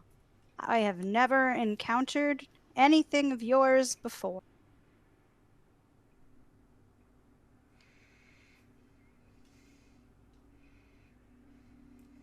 You both had the right idea, I think. She like gives you a look like, I don't think there's another short Chinese girl in town. She's gonna like this seems entirely baffled by this. Straighten her posture a little bit. Like, clearly you did not see me, and I certainly didn't see you, and there would not be later a reason to pick up broken glass. Ah, right. She like gives you an awkward wink. But it's very nice to meet you. Blinks and at you. like when you'll like put out her hand to like shake her, like. Yeah, it's nice to meet you for the first time. Maurice, Susie, I think that we can dispense with the pleasantries at this point. We came here to put the Reverend down and did so. But that might not be entirely true. It might not take. Oh, so he actually does have. It definitely looked like there was a body being loaded onto the sheriff's car and driven towards the. That can't be good. I don't know what it is, but it cannot be good. Do either of you? We have a pretty good idea of what it is, and no, it is not good. All right. If there are hills to head to, you should. Also, I would imagine that, like, Peggy is probably expecting a interesting, like. Nah. I mean, if George has been making nests, do you think it's be an egg? Some species do give live birth. That's true. Yes. Look, I want to help. Susie wants to help. There's a couple others in town who probably weren't willing to take action, right? How can we help? A lot of people were just willing to turn a blind eye to it. I got about 3 or 4 others who, they'll do something. To be honest, I... How... Hmm. Are I you don't thinking know what how I'm much... thinking? Say it again? Are you thinking what I'm thinking? Well, I want to tell them the whole truth. I'm just not sure how damaging it's going to be to them. But I am thinking what you're thinking. I think that it would be wonderful if we could get some of them in a car to take the flute and disrupt whatever ritual might be going on. That's very dangerous, that flute. Yes, which is why we will be far away. Hmm.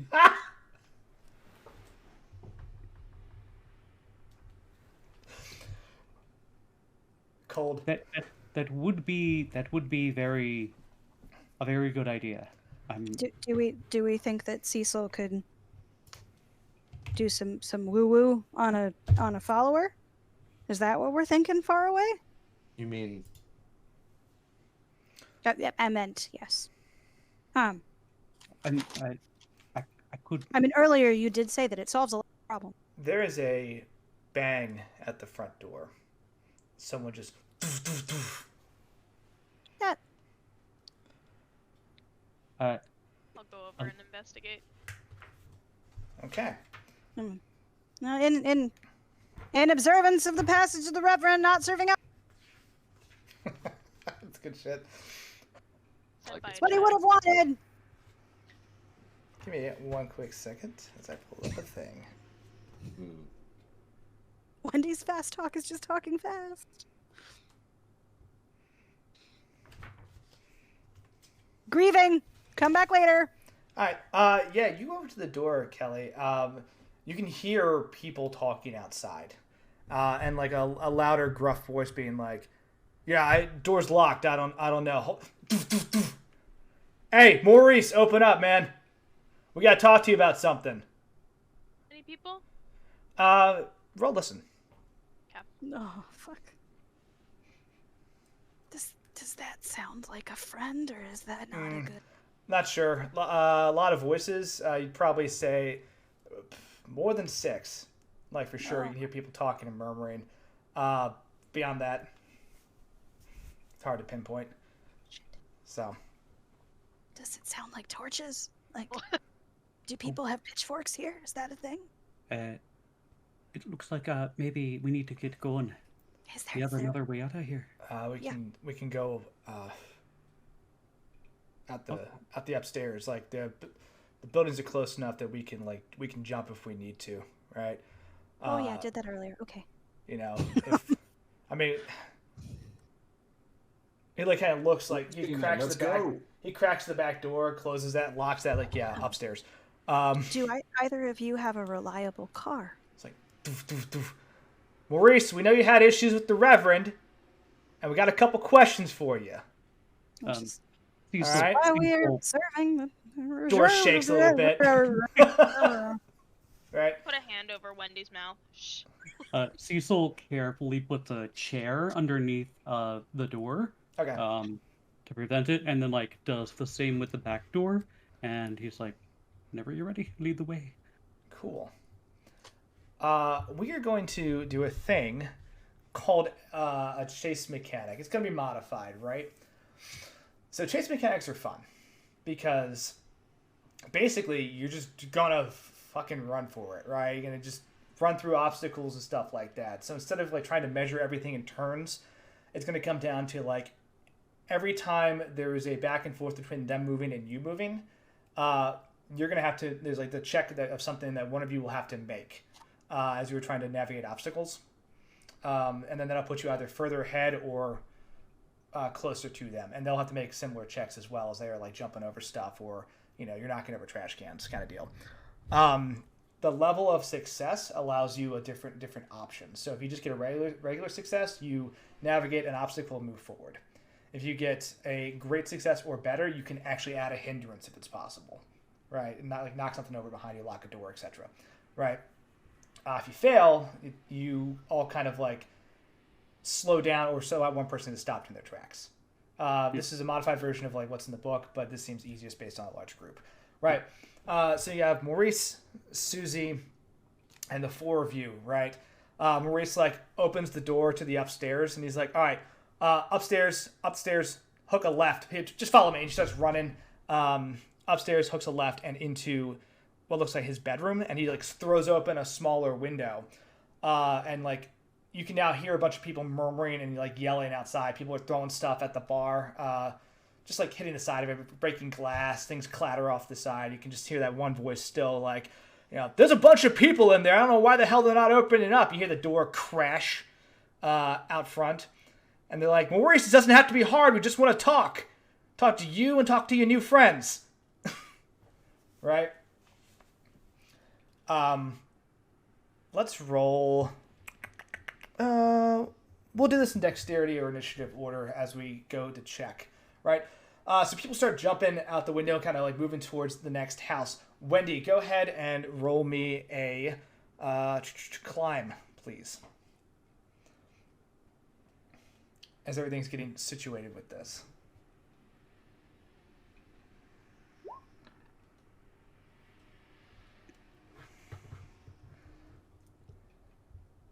Okay, that was not good. Fail? No, that's a fail. Okay, Yeah. cool. Yeah, so you all start going out the window, and it's a slower process, right? And this isn't just reflective of you. This is just reflective of the status of the round as well. So it's a small window. You're just going. Eventually, you manage to all clamber onto the rooftop. I think Maurice is the last one out. And as he like jumps out the window to like climb up onto the roof with you all, the bedroom door is like kicked in, and like there's some glass shattering as people start throwing stuff at him. And they're like, they're running away, get him! And like he manages to scramble onto the roof. And a couple people like poke their head out the window and see all of you up there and start like yelling, and a couple people start start climbing. So shifting around to Cecil, a couple options. All right, you can either continue to stay on the rooftop as you like kind of hop across. You can try to hop down and move back to the street level, or you can come up with some other crazy shit. But which way do you want to proceed? As everyone's just like, they're all over the place. You can also shoot people and fight in this if you want, but it's up to you. It's true. Does there seem like there's a way forward on this rooftop? Yeah, so as you're looking kind of down the Main Street area, the Deerhead Saloon is like the very first thing you would hit leaving the train station. But you can follow it further down Main Street. You can see like that department store, the barber shop, the butcher shop, like all those things you pass going towards the church are close enough that you can jump or at the very least maneuver your way across these building rooftops. By no means will it be easy, but it is doable. Okay. Does there seem to be... There are cars nearby, obviously. Parked cars. As you look down, like about halfway down that street, you saw that parked car that Wendy was looking at that has the keys in the visor. You can try to work your way towards that as well. And you see, as you're looking around, a bunch of people. Now you get the number. It's about 30 or so. Just navigate, like some coming through the front door, some coming through the bar itself. Some are still down on the streets, pointing up at the rooftop and yelling. Right? They look like they are upset. Okay. To say the least. Last question. Have I seen any horses in this town? Yes. Really? Yes, absolutely. Great. This is a farming town, or was until the Dust Bowl got shitty. Okay. Are they? I'm assuming they're in the same kind of like general direction as the car, likely. Yes. As you head kind of further into town, instead of going towards the church, you head towards like the eastern outskirts, and you would find like the stables and stuff like that. Which you clocked. He is going to start going that direction. Okay. Toward the car, and then eventually toward probably the horse. So. Cool. Yeah, you all start running across the rooftops. Do me a favor, make a dodge check as you are running, please. As people see you all running up there and just start chucking all sorts of stuff at you. Ooh. Right. Everybody roll? Just for Cecil, please. No. I did not do well. I was going to say, God. No? That should have been mine. I'm so sorry, because that one's half dex. Is that a fail? That was a fail for dodging, yes. You all start running again, helping each other jump and move. Cecil, you jump across one rooftop area and you just feel pain in your shoulder as someone has like chucked what looks like a chunk of brick just up at you, and gonna connects for 3 points of damage. It's not enough to just like put you in danger, but it definitely hurts. You can see more people now coming up from inside the bar as you're moving across the rooftops. You've jumped across to the barber shop and you're kind of pushing further into town now.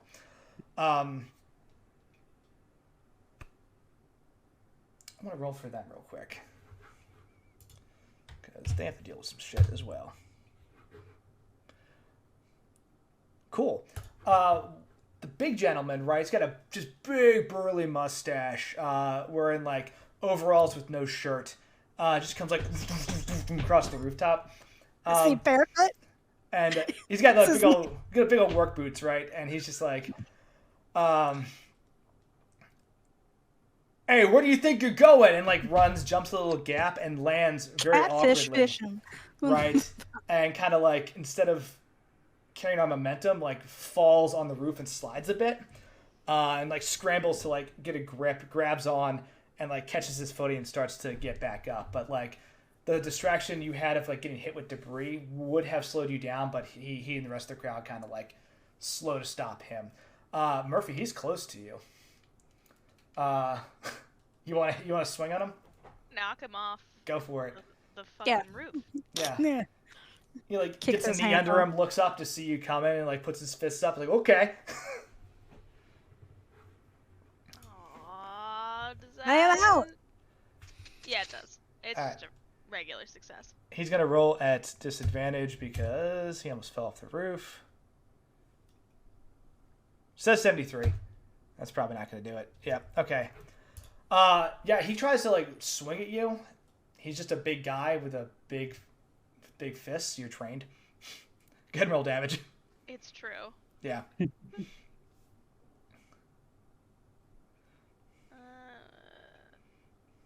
we go.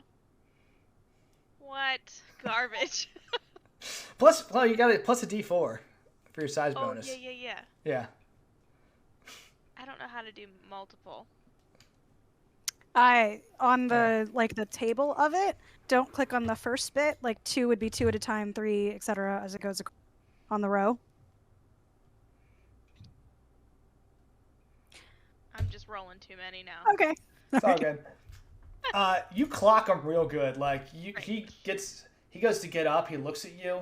This dude like looks like he's gonna put up a bit of a fight. You just deck him, and he just goes straight down lays prone on the roof. And you can see like little Tweety birds like around his head.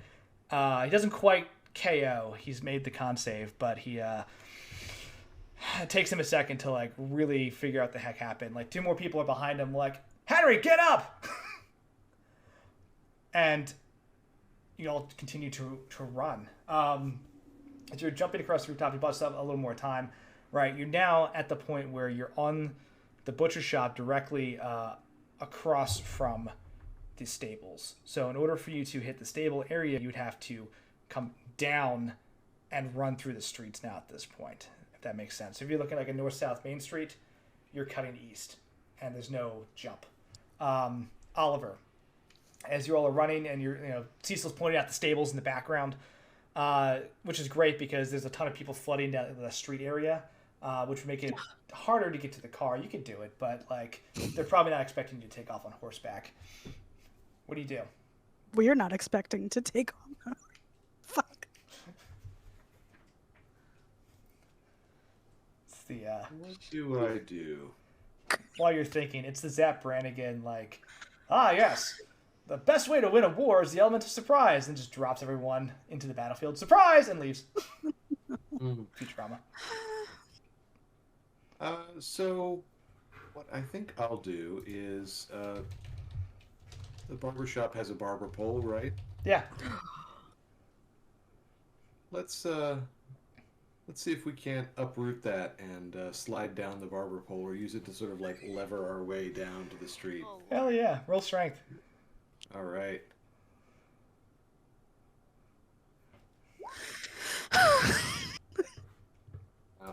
Oof. Whoa. seems Oliver stops and starts tugging ineffectually at the barber pole for some reason. It just You like think he's halfway. got You think he's got some arcane purpose where he's like trying to do some God. mystical, and then you realize Is he's the just being spiral an idiot. pattern some like yeah like is that a Roll luck for me, please. Guys, he's about to do magic. It's just hold on a second.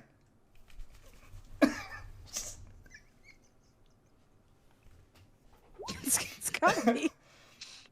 Nah. All right. The barber pole does dislodge. It is not securely attached, right? You shake it a little bit, and on one of those awkward moments where you're trying to put more weight behind it because you think it needs more, it just comes unhooked, and you go with it. So unfortunately, like you take a tumble when you hit the ground.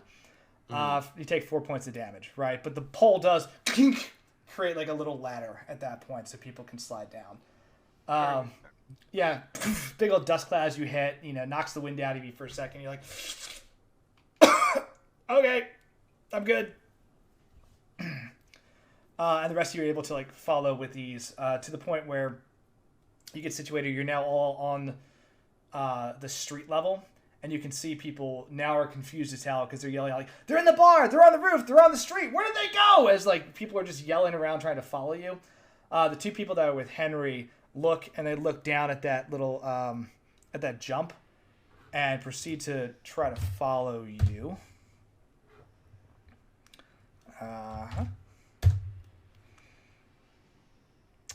One dude lands kind of rough, like he hits and you hear him just go oof as his like knees kind of pop into his chin, and he's just like, it wasn't a great landing for him. Other dude just jumps, and you hear a crack as he hits. And he just like goes to stand up, proceeds to fall over, and just does a like, I'm out. It's like grabbing at his leg or something. Was that Burly Hamfist?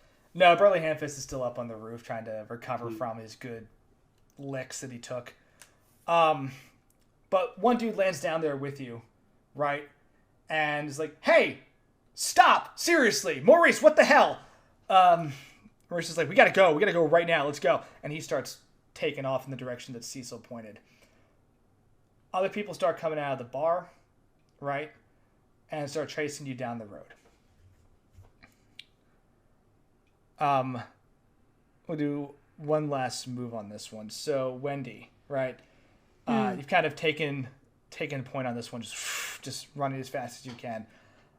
You hear in the background the sound of a shotgun fire into the air, and you hear you hear a cock and just someone yell, "You ain't getting a second warning shot."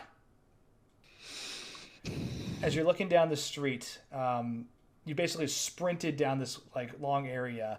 The stable is at the end of this street. So if you can get like another solid 10 seconds, because you can cover about 100 meters in 10 seconds, you're there.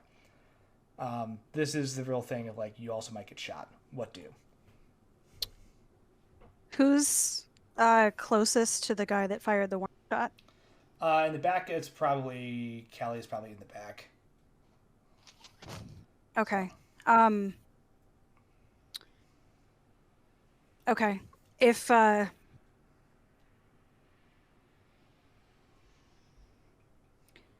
gonna put the shield on Kelly. Okay. Like put a hand over the the amulet collar of the thing that I thought was gonna be cute and southern. And then hold my arms straight out, like right in front of, like move to stand, like right straight line behind Kelly, and like yell at everybody, straight line. Get in a straight line. Okay. And Mr. Murphy, you're gonna be fine. How much MP do you spend?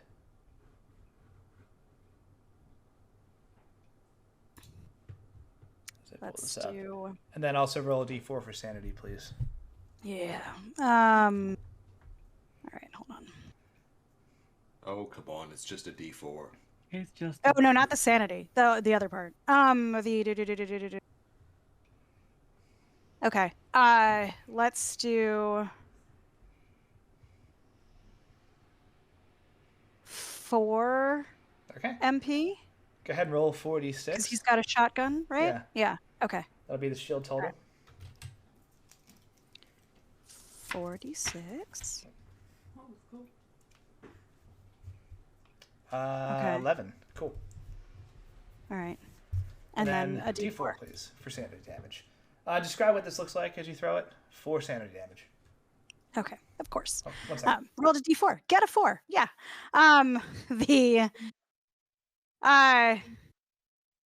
So as she like holds the necklace bit with the little like shield emblem, and is like, Mr. Murphy, you're gonna be okay.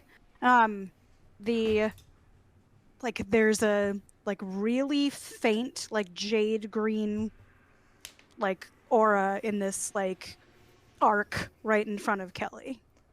Cool. This aura flashes. You all hit a line. Somebody dropped out. No, Will. Oh no, William. We're all Mondrian now. You Oh all. no. Oh, now I'm Joe. Okay. And I'm. I'll allow me it. Still. You're I'll allow still it. you. All right. But that's fine for now. I reserve the right to change that. So hopefully he'll come back. Wait for it.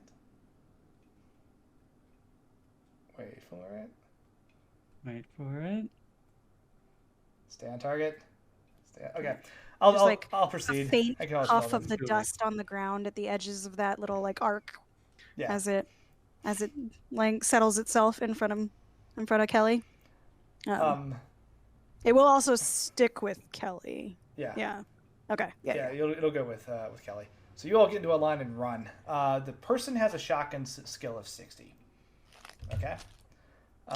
So they are going to, they cock the shotgun again and said, "I warned you," and they pull the trigger as they just level it at Kelly's back, right, and the rest of you.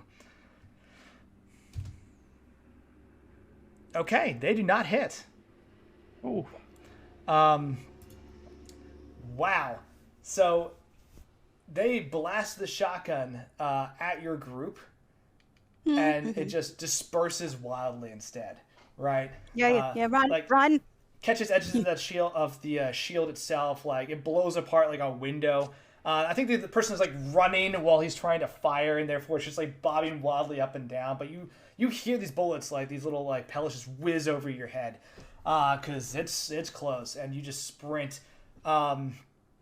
You make it to the barn and just crash through the front door of this large double-doored barn, and then very quickly all inside, slam the door shut, put down a thing. There's an exit to the barn into the stable area in the back, right? And you can hear the crowd again rallying outside. You can hear more people yelling it's probably going to escalate in violence. Yeah. I will break the chase for a moment. What do? You go inside. It's a typical barn, right? There's a ton of equipment. There's hay. So, there's rope. There's stables in here. Yeah. At the end of the other line of, I'm assuming it's like horse stalls on either side. So there's another opening on the other.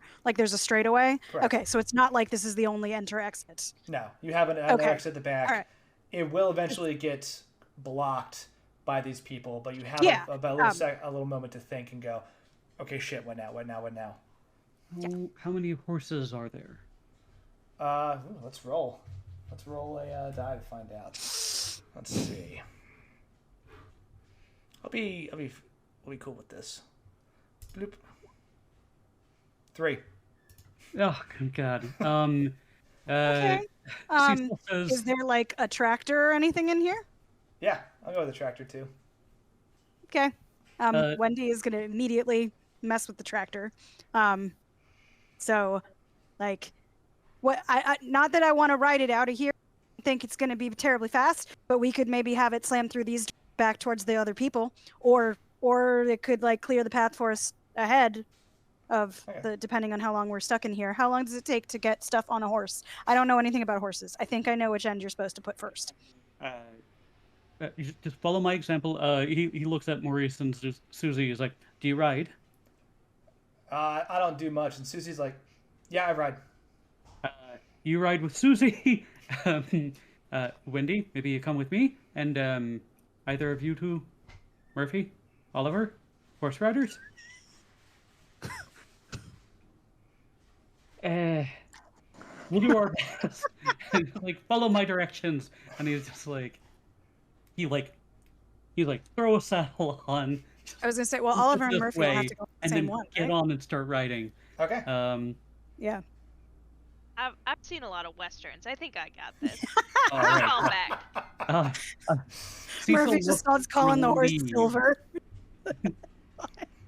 So, I'm gonna get on a horse. Yeah. And just give Crash Course 10-second how to horse to everybody else. Okay. Kick goes forward, pull goes back. Let's see. I hate this so much. This is great. This is fucking great. Because Wendy is otherwise, definitely Wendy- starting the tractor. So back, right? Back, like through the doors back. Yes. Well, I would say out this way. I mean, you could always do what you do best and just set fire to the barn.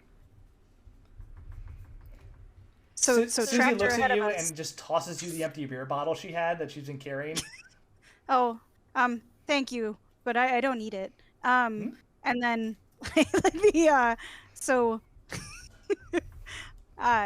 tractor ahead of us, fire behind, and prayers somewhere in the middle. Yeah, and you need Okay. to get on the horse with me eventually. Okay. So, use up on all right. one.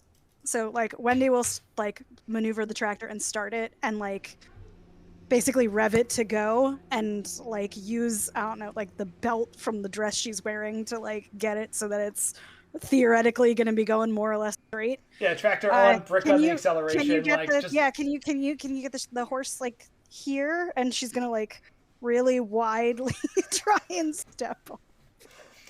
Okay. He brought up to her and he's get ready and holding the brick to everybody situated. You'll be up soon, Theo. Sorry.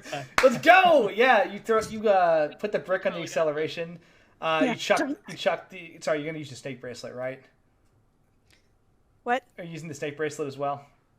Yeah, behind us. Okay. I'm Yeah. gonna, So the horse is gonna run because it's gonna be fucking scared. Correct. So, yes. The three of you start. Joe, your horse's name is Chestnut. Murphy, your horse's name is Silver, and Susie jumps on a horse named Gust. And you all just gallop out of this barn, just one after another. Want me to do a ride check? I would love a ride check, please. I would also love. Do either of you have the ride skill? I'd like whoever is leading this horse to roll Dex at disadvantage. Cecil, you can roll ride. Yes, sir. And then I will give Susie her. Oh my God! Oh no! This was my time to shine. Oh no! Hi. It's okay. We were doing. A literal 1 in 100 chance. I have so many points in ride. You can it may be worth pushing your luck on this one. My luck. Holy cow! Susie's ride is 45. Okay, she's good. All right, my ride is also 45. I'm gonna push my luck. So what do I have to do? Okay. Actually, you have an option before you do that, because I would like you to. You really should succeed on this one. So there was a mechanic that says whenever you.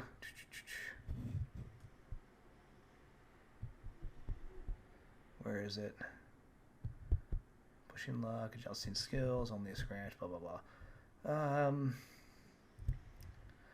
Okay.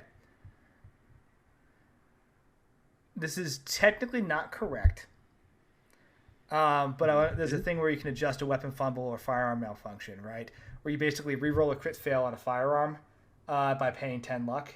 If you'd like to pay 10 luck and re-roll, you can do that. You can also push your luck, but a failure will be consequential. So it is your call as to which one you'd like to do. Okay, and if I press my luck, I have to get better than a regular success, right? If you press your luck, you just have to succeed, but any failure counts as catastrophic. If you want to pay 10 luck, you can just simply re-roll, and that is what it is. Why not? Let's just pay some more luck. Because that option is only available on a critical failure. Well, my horse malfunctioned. Supposed to work. Okay. All right. So let me give this another go. God, I'm so sorry. That is the worst, absolute worst luck. I was kind of secretly thinking it might happen. So let's see. Well, still bad, but it's not perfect. But you get moving, right? There's a lot of shit going on with 3 horses. You were basically trying to lead 2 other horses. Because let's face it, Ash, what did Murphy roll? Did you get a success? I had to burn some luck, but we've got a success. Okay, so you're still trying to lead 3 horses, and it is an absolute shit show. There's a lot of things spooking them. The tractor is scary. The mob is scary. The fire is scary, right? It does not go terribly. You definitely don't kick open these barn doors in the back and ride off into the sunset. You get these horses moving. It is delayed enough that some people are going to take some shots at you before you manage to gallop off into the scraggled brushes. Okay? But you avoided the catastrophe of the horses going the wrong way or people falling off or crazy shit happening. Last 2 firearm shots. This one's going to go towards... I'm going to roll a D3 to see who fires at who. Okay.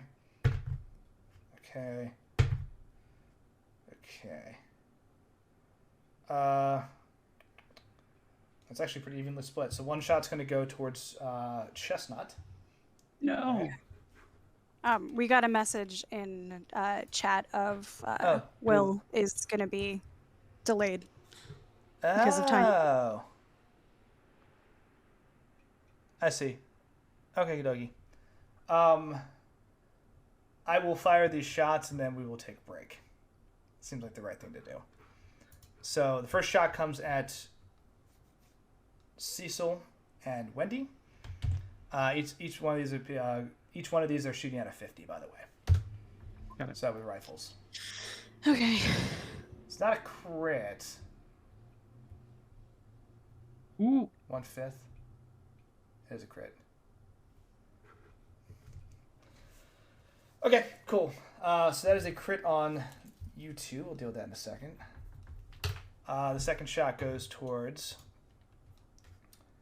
Murphy. That will hit, but it's not a crit. And the last one goes towards Susie and Maurice.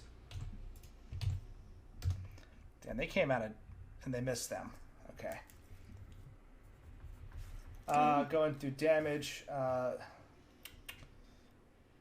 Murphy. They're firing with rifles at this point.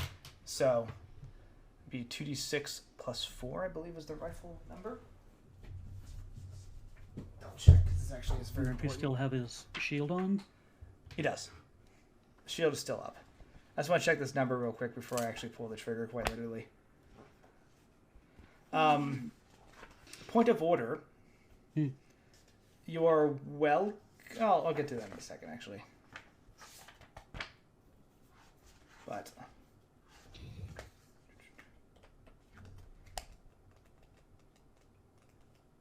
Firearms. You all said you just wanted to talk. I mean, maybe. Sorry. Joe, how much does your rifle do? How much does my rifle do? Yeah. I will let you know. That is 2d6 plus 2, sir. 2d6 plus 2, that's the one. Okay, thank you. So, Murphy. Wait, does he have my rifle? No, I'm kidding. Oh, no. What? 5, 7. So, Murphy, you feel like that shield kind of shatter a little bit as shots are fired at you as you are moving off into the distance. It's still active, but it takes a little damage. For Unfortunately, Cecil, it's throwing me crazy because I'm looking at you. I'm like, oh, Oliver. No, that's not right. For Cecil and for Wendy, it is.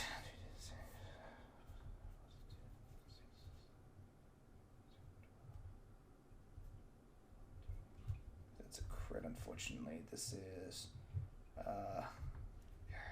Man, that's rough. 30 damage split between you, the two of you, or the horse. How do you want to divide that? Oh. Second, so because this is combat, do we get like a dodge or fire back option? Unfortunately, and I'll say. Okay. This is technically the result of a failed check, but can't dodge bullets at this range. What I'll let you do if you want to is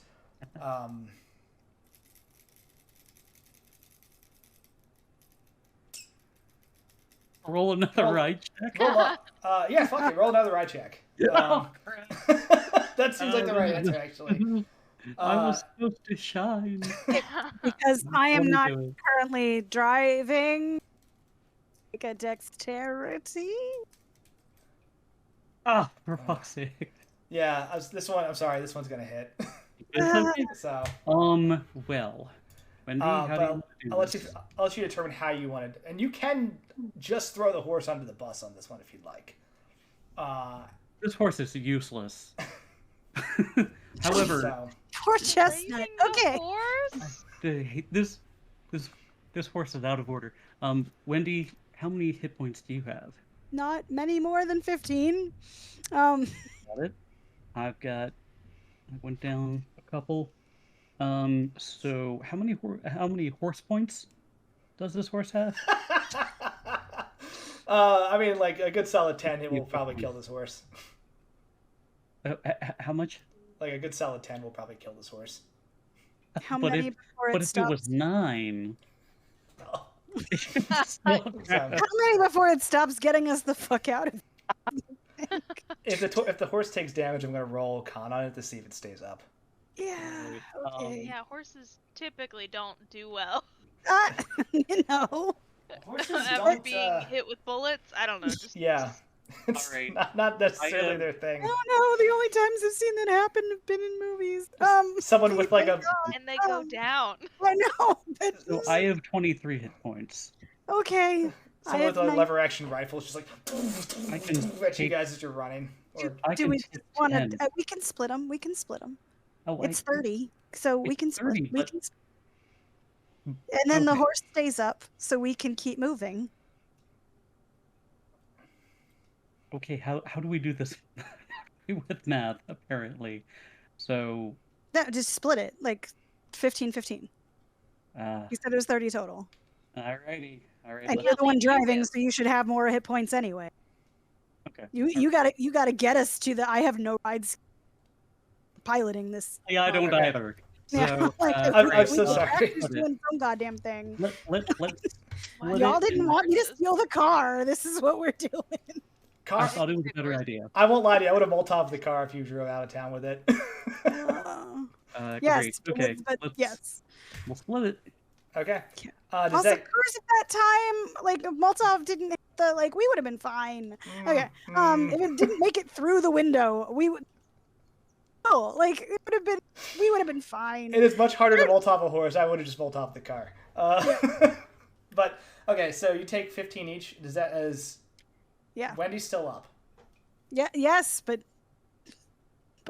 if I were on the ground, I'd be limping. Yeah. Okay. Not just limping. I would be crawling. Or this. I'm not doing well. This is important. Is 15 half of either your total health? Oh, more than. Yes. Yes. Okay. Well, Cool. yes. Okay. I'm gonna welcome back. Welcome back. This horse no is worries. useless. Through a series of just Chestnut, you're bad- gonna get bad out of rolls. here. Have I been trampled by a horse? No. You are fine. We're good for now. As during this escape, so you see like Cecil is leading this race, right? Basically grabs the other two horses, like follow me, and like literally is exposing himself to actual danger by grabbing like your horse's leads and trying to like drive all of you out of there with this, right? And it works because the horses don't bolt off in different directions. They don't freak out. They don't buck you. You don't roll, and you start moving towards the edge of the stable area, right? And you're trying to like just get clear of the lines of fire. And in the background, you start hearing people firing rifles, right? You hear bullets cracking by your head. Oliver, this is sketchy for you because like you're in Murphy's shield, as you're kind of hanging on, and Murphy's like just riding this horse as best as possible. You hear, you swear to God, a bullet hits like 2 inches from your head, and just the shield cracks and shatters instead. And that is cause for a little stress. But you were good. May wish to shoot back at some point. You see in front of you. This seems rude. Both Cecil and Wendy catch bullets to their like torsos. And like I think Wendy like almost goes off the horse, and Cecil manages to like grab her, and then gets shot in the process while holding her up, and is like got one arm around the horse's neck, another arm around like Wendy, and is like trying to still gallop as fast as he can. And they manage to like clear the pasture area and like move off into like the Scraggle wilderness out of town, and they cannot pursue you that quickly on foot. They run into the stable. You've taken the only 3 horses. For them to actually like get together and start chasing you will take them more time than they have. So you have escaped for now as you gallop off and kind of out of line of sight of the town.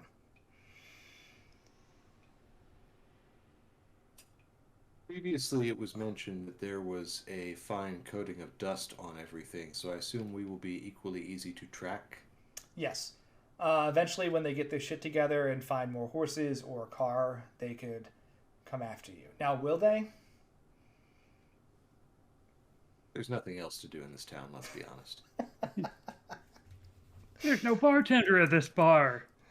So, we've stolen the bartender. For that alone, they ought to be chasing us down. Yeah. But if not for Cecil's like good riding skills, you probably all would have just been shot off your horses and like killed entirely. So to say like you got away with some damage, but this was a pretty good clean getaway, or pretty good getaway. I wouldn't say clean, but pretty good, all things considered. Right. But you like ride off and you head down into like a ravine area, and you finally like find a nice cluster of like trees and rocks a couple miles outside of town where you can like take a breather and assess your situation, which is probably not great. But what I'm going to do is I'm actually, because I was talking about going on a break real quick anyway. I was trying to get it before you came back. I apologize. But we can take 5 here and then jump back into like the dismount and recovery piece of that. All right. But yeah, I'm going to have the 2 of you roll con once we stop as well. Now that the adrenaline's gone away and you're just badly hurt. But let's take 5, and we'll see how our adventures proceed from here. Canter on up in there. We are back. Quit horsing around. Now that the party is done horsing around. All right, you gotta keep on heading. All right, so yeah, you managed to escape the town. I am truly sorry that didn't play out the way. Hooked it, Ethan. Man. But you got away. Yeah, we hooked it. There it is. Yeah. Very nice. You escape the town. You find yourself like a nice little alcove area to, an outcropping of rocks and trees, and you can kind of lay low for a bit. I need both Cecil and Wendy, now that the adrenaline has worn off, to roll con, please. Because you're both very badly hurt. Oh, gosh. Oof. That is a fail on my part. Okay, that's a great success. Cool. Wendy, obviously you are shot badly. You managed to stay conscious. Cecil, you're at best in and out, right? You've been shot. You finally get to that little outcropping. And yeah, and the horse is probably the one that stops moving because everybody else did. Yeah. like Wendy's barely hanging on. Cecil like almost just falls off the horse entirely. Okay, Can we let me see if I can little render aid to Cecil here. Cool. Maurice is like,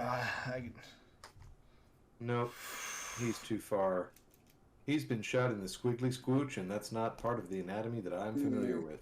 I'm not a doctor, but I'm pretty sure you need that squiggly spooge. Wrong voice. I'm not a doctor, but I'm pretty sure you need that squiggly spooge. So that's a different character from a different game.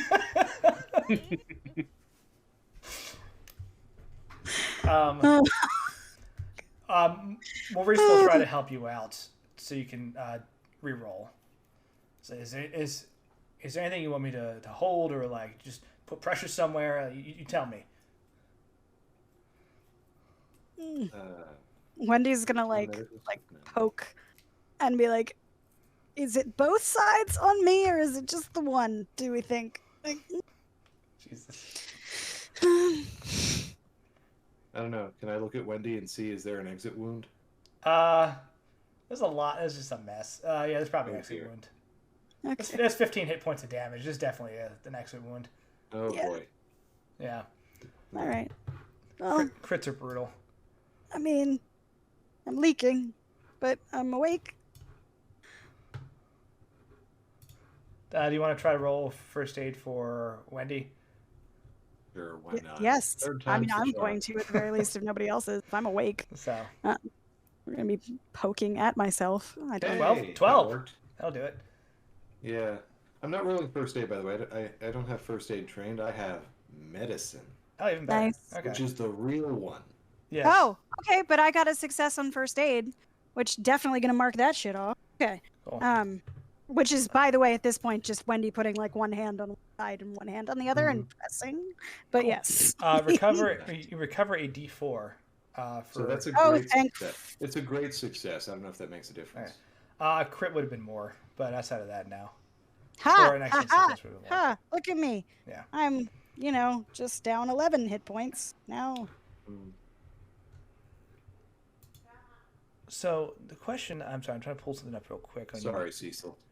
your Oh. character I sheets. I daren't try and move the bullet in these rough conditions. He like kind of comes to and he's like, "I'll see you soon," and like goes out again. Shit. So Maurice and Susie are looking at this, and they're like, I think Maurice goes off to side with Oliver, and it's just like, hey man, your friend's in a bad way. He is, but I've seen him get through worse.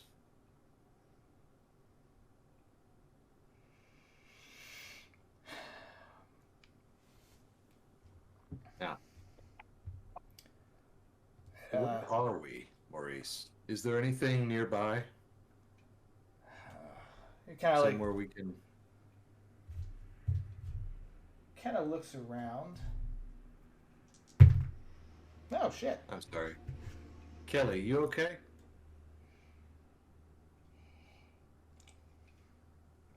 Can you guys hear me? Yeah. It's kind of No, faint yeah. though. Sorry. Yeah. All good. Yeah, Kelly, how's Kelly doing? I mean, I'm fine. Okay. The bullets magically didn't hit me. Exactly. It's dope. Maurice kind of like scratches his head and goes, if I remember right, there's it's a couple miles away, but there's a main highway, there's a main road. It's got to be like We don't need a road, we need cover. cover. So to paint the image, right? So the landscape around this area is not just complete dust, right? There are still trees, there are rocks, there are scraggle bushes. You're basically moving through like a shitty desert tundra is the best way to kind of put it out there, right? We're Yep. in Georgia. We're in Alabama. Yes. But- So Whatever. Somewhere in the south. I'm trying to paint more of an image than to be Like You're steppe? definitely correct. Yes, thank you. Like, Okay. so at one point, this was a very lush green area, and it's just died from the Dust Bowl over the last couple of years. So, like, there are remnants of trees and foliage and all this other stuff in the area, is my point. It's just covered in a thick layer of dust because all of the stuff that kept everything rooted is just dead. People stripped. Yeah. Yeah. And, like, the rest of the stuff, the big open areas and mostly farmland have now just turned to just big pools of dust. So when I say that, I mean, like, you can go from cover to cover. You have a little bit of it. It's definitely not like dense forest, but it is something, right? You'd be safer moving at night, and you'd probably be safer. Yeah, like, you have cover is my point. So Okay. it's not great. But where it says there's a highway about 20 miles east of here. That'll actually take us back to like a main road, get to a train station, and get out of here. But I don't know if he points to Cecil and Wendy. I don't know if they can actually make it that far. Murphy, Okay. Murphy and Oliver, do me a favor and roll spot hidden.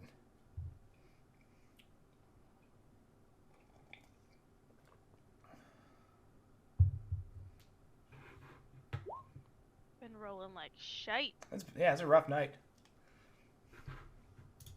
That's a great success. Cool. Oliver, you catch off in the distance. It's kind of far away, but you just catch a glint of something moving off into the distance. If you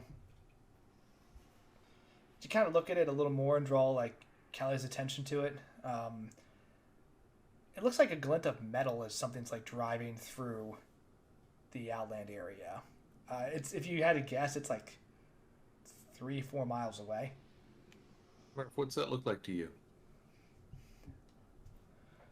I see it now that it's been pointed out to me. Maybe a car. Kind of looks like some kind of vehicle. I don't know. I got like dust in my eye or something. Yeah. Maybe let's one of us ride over there and check it out. Okay. I go. Who wants to go? Murphy? Okay. Yeah, so you ride over, right? There's no dire stress circumstances, so you don't need to make a ride check for this one. As you ride a little closer, you see that kind of the way you went out of town and the way the rest of the group must have gone out of town was probably this kind of angle, right? So you're at like a little outcropping. As you get closer, you can actually see like the sheriff's car and about 15-20 people like still walking through the big open area. They're not even bothering to cover, just making a straight shot what looks like southeast.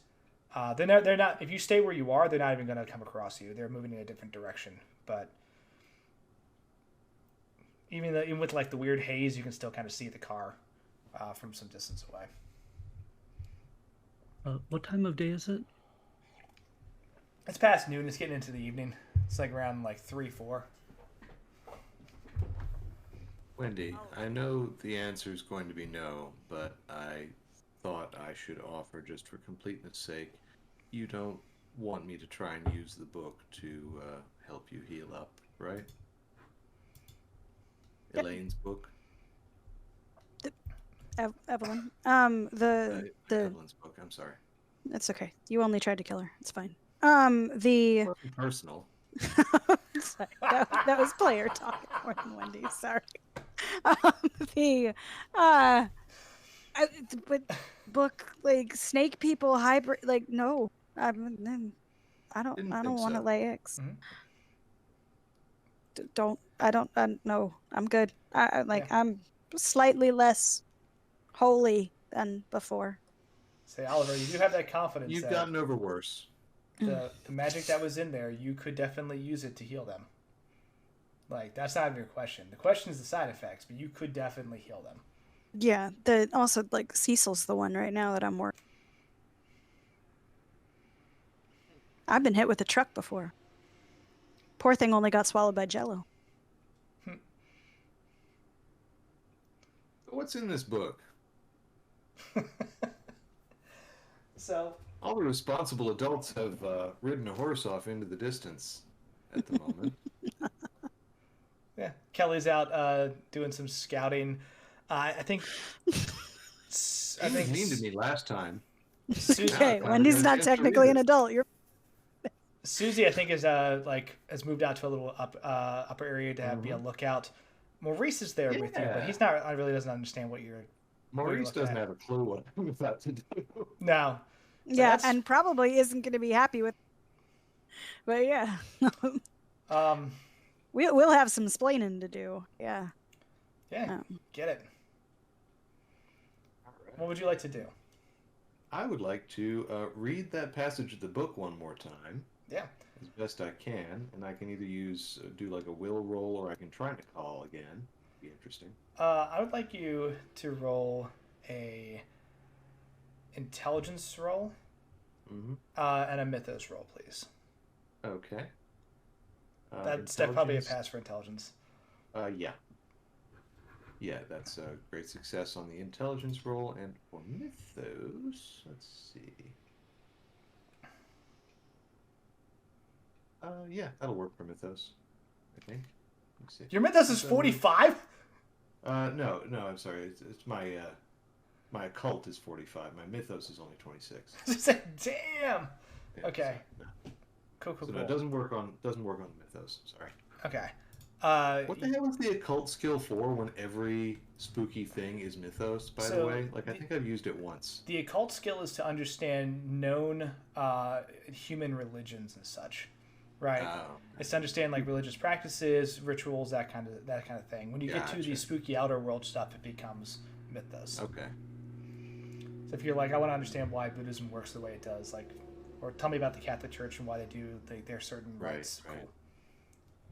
Okay, I got it.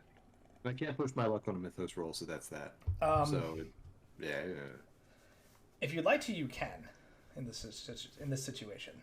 I will say this. Here's what this is doing.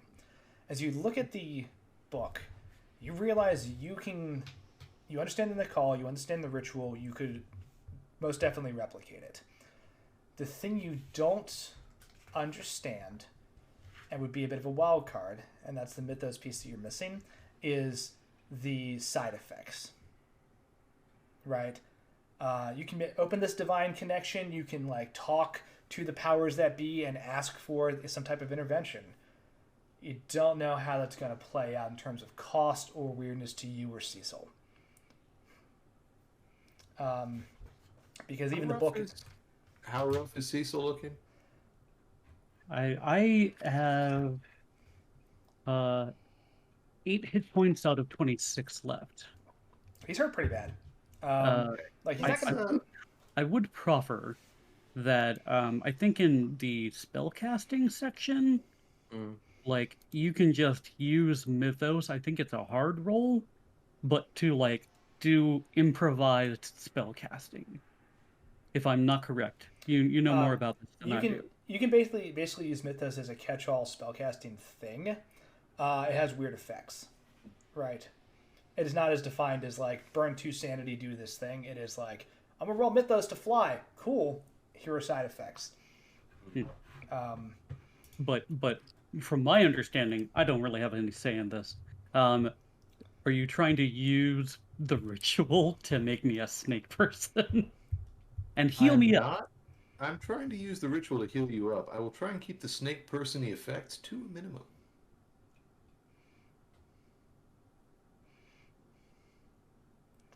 I can't argue with you because I'm unconscious. It's fantastic. You're going to be so mad. Anyway, let's do this.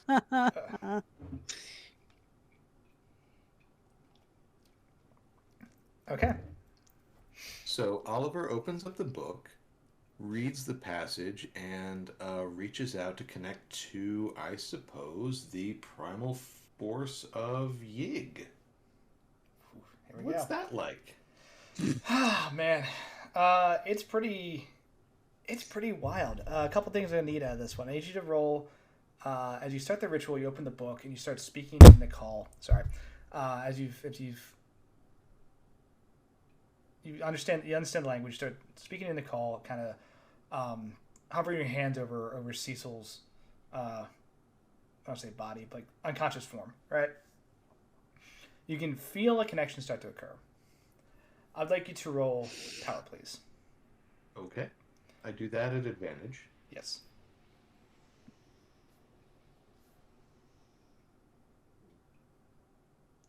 It's a 9. You almost rolled a 1. Oh my god, that would have been wild.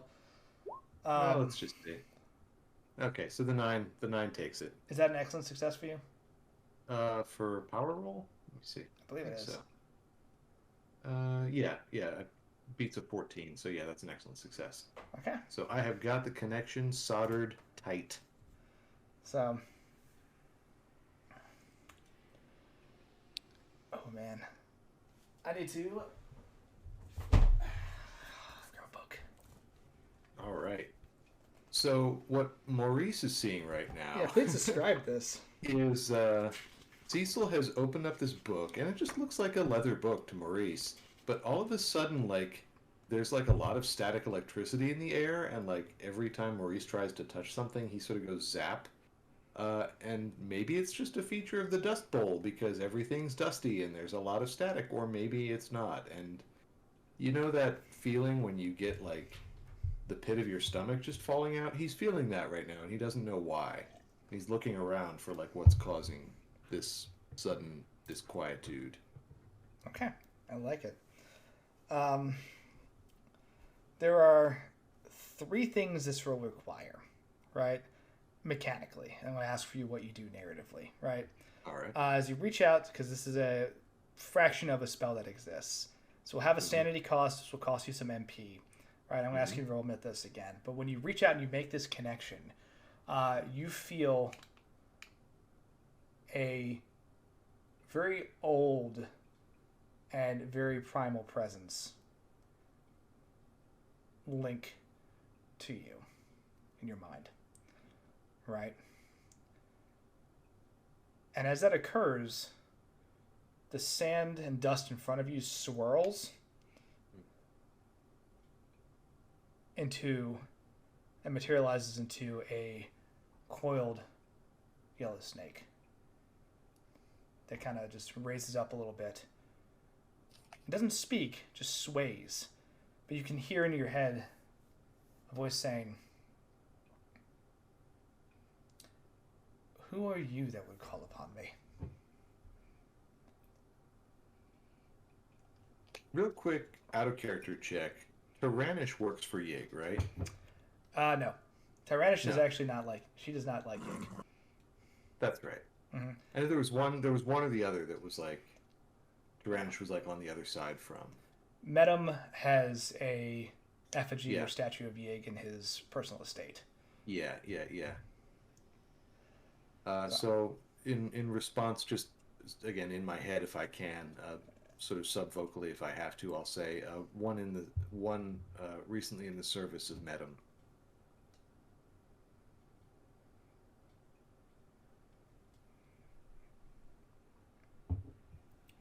Speak.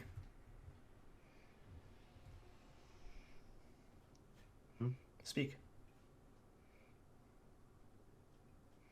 I have companions grievously injured and seek that they be healed. And what do you offer?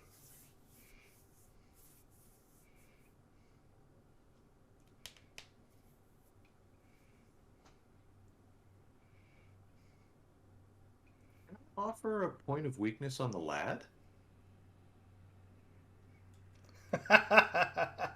I'm intrigued by this. This is getting wild. All right. Yeah. What do you describe?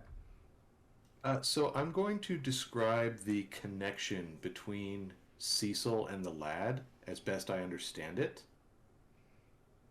and suggest that that would be a conduit that could draw power back the other way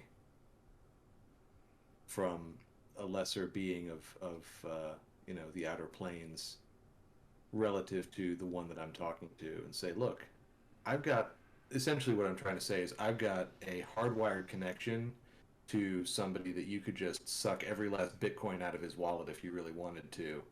And I've got his private key. I'm just saying, you know, you juice yourself up a little bit, get rid of a competitor. But, you know, all eldritchy. Yeah. The snake, again, just kind of bobs. Okay, cool. Here's what I need from you. You can feel like this weird power that you've come in contact with start to radiate out from this snake and into this area, right? It seems like you've been successful.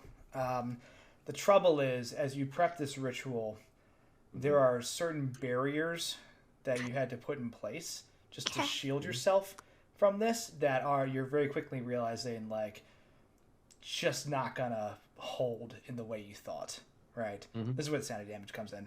So do me a favor, roll Mythos. Okay. And then I'll have you roll sanity.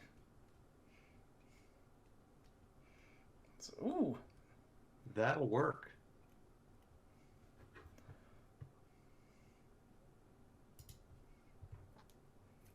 That is a success for you? That is a success for me in Mythos. Okay, cool. You only will take a d6 of sanity. Cool. So, which is very Need that nice. for breakfast. Yeah, I'll throw that for you if you'd like. Boop. Boop. Blink. 2. All right, duly noted. Okay. Oh, wait, that's hit points. Where's sanity? Luck, sanity. There it is. 2 points. Done. You make this connection, and the thing says, or Yig says,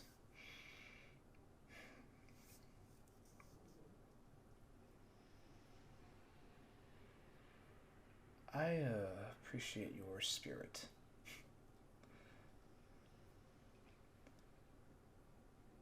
Nice doing business with you. Take my blessing.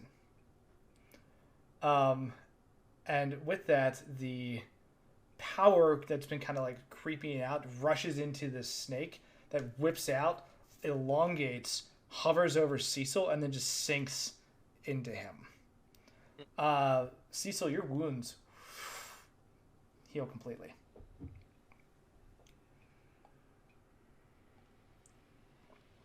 Yay! Question mark. And you wake up. Maurice is just like, he comes back and he's like, damn. I think he'd like taken a lap or something, you know, and he comes back, just seeing all this dust kicked up, and he's like, damn, Dust Devil's just kicking up all over the place. How's your friend?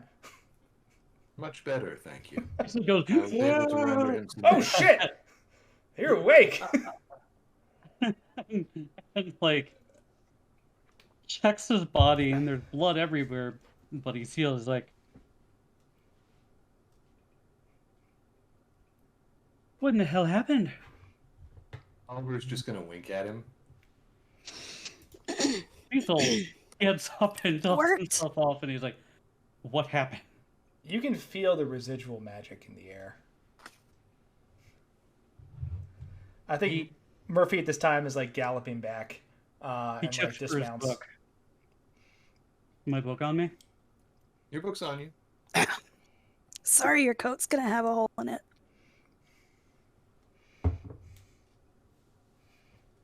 What exactly did you do? Stopped you dying.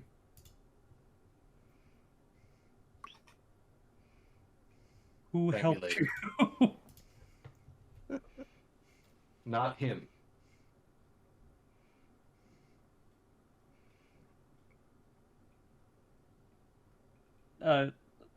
Cecil's going to make a spiritual check. He's Okay. gonna check out his aura, and he's gonna make sure that the lad hasn't like gained more power on him. He's looking for. He's panning for gold in his aura. You like That's to do a what vibe check, if you will. I'm doing Check, hard if you will. vibe check. Very Yes. cool. Is that clairvoyance or I think that is just gonna be power. okay? Whichever one's higher for you. Honestly, you know what? You only have to roll actually, as you're like just sitting there trying to take stock of your own aura and maintenance, right? Yeah, you're super good. Yes, nearly a extreme success. Cool.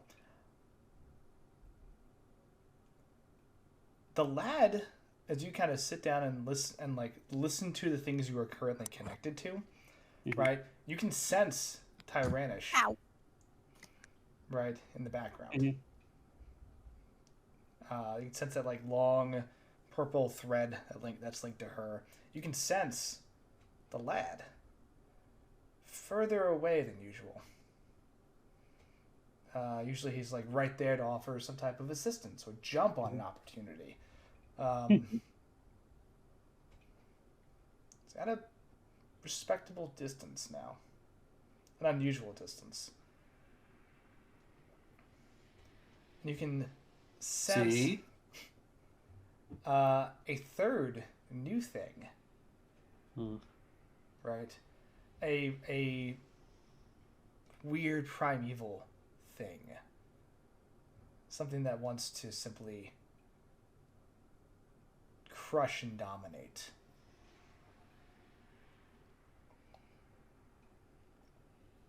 Something that wants to wield power to show others what power means.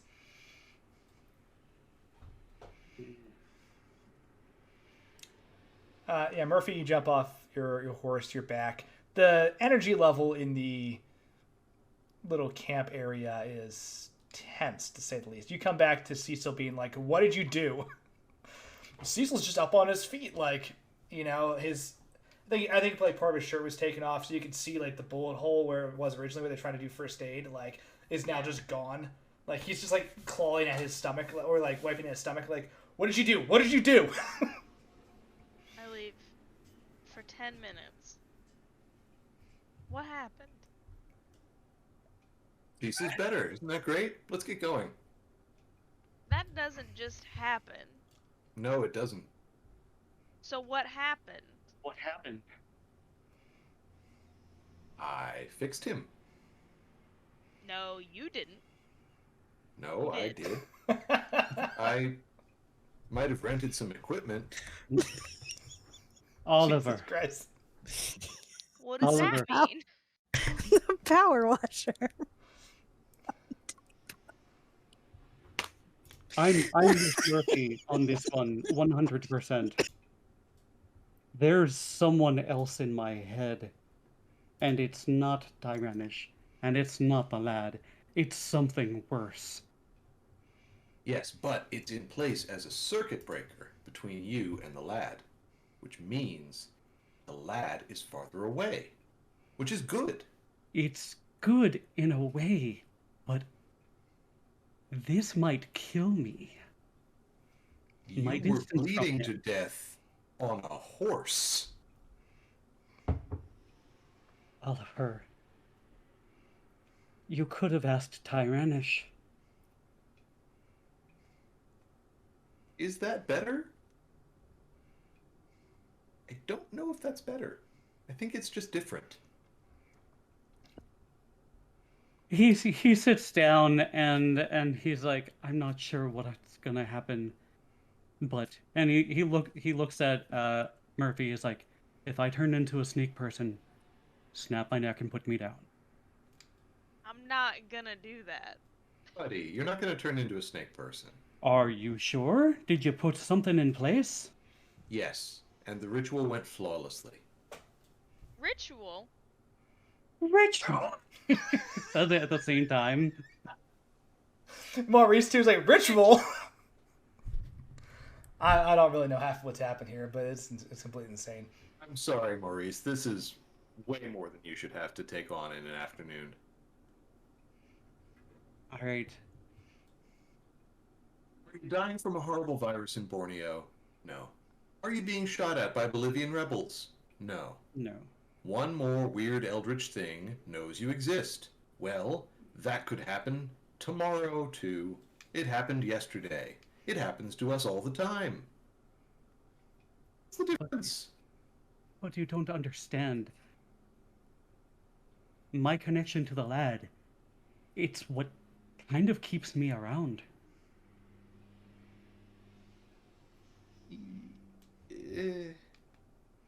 I mean, at Now worst, you've got a backup. who wants to crush the world? You could do world crushing. That could be a fun second career. Oliver, we're going to have a long talk. Somebody else speak. I'm speechless. I truly don't know what You're to say. welcome. You're not dead. Be mad at me later. Come on. You need to learn Oliver tries to boundaries. jump up on a horse and just slides off the saddle on the other side. God damn it. What did you say, Murphy? Oh, he needs to learn boundaries. That's all.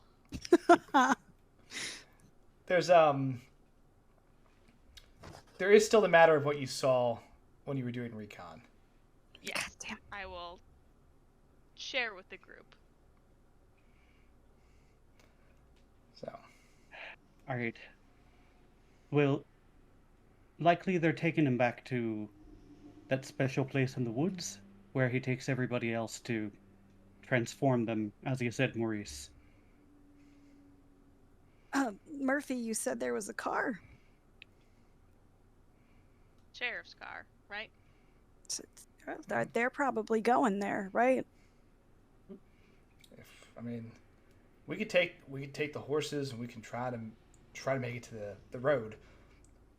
Do We could also you grab. know how to get, or like what direction that we could try and? If we go east long enough, we'll get to the road.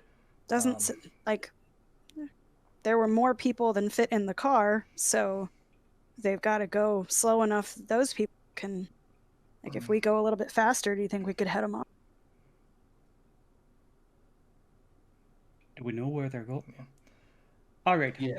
Like, We know a Yeah. direction, and I thought it was Maurice kind of knew where they were going. Yeah. Susie says, quite frankly, I want to figure out where this guy is going. I just want to put a stop to all this. What do you suggest, My Lance? Look, we burned down his church. Just burned down his place out here and call it good. I don't know what kind of weird shit he's into, but I know it's not. I know it's not right, and I want to stop it. And if that's not. if that's what it's assure you. gonna be, then I missed whatever the hell happened back here, and y'all had like a weird argument, and that's not my problem. But I want to burn this guy down. We can agree on that. Susie, have you ever been to this place where he goes?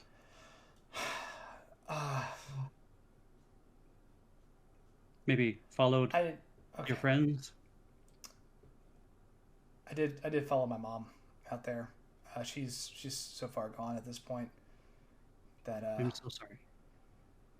yeah, she made the pilgrimage. Could you describe the place to me? Or could you lead us back there on horse? Yeah, it's like a weird outcropping of rocks, and it's like a cave system almost. So, like, people just went in and disappeared. All right. So, okay. I think I can find it. Is Rosemary your mom?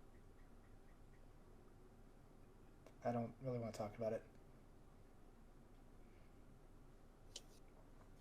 Talk about the hole in my stomach. That makes you feel better. Yeah, you didn't mean you didn't feel Oh! the last. So what? Wendy, I could do the ritual again. I feel like I really nailed it the first time. No, you don't know. There are so many things that could have gone wrong with that ritual. I'm so glad you actually pulled it off.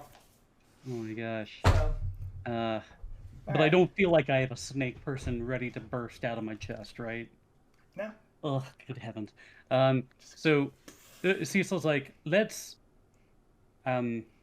Susie, if you lead the way, we'll do as much damage to that place as we can if we can get ahead of them.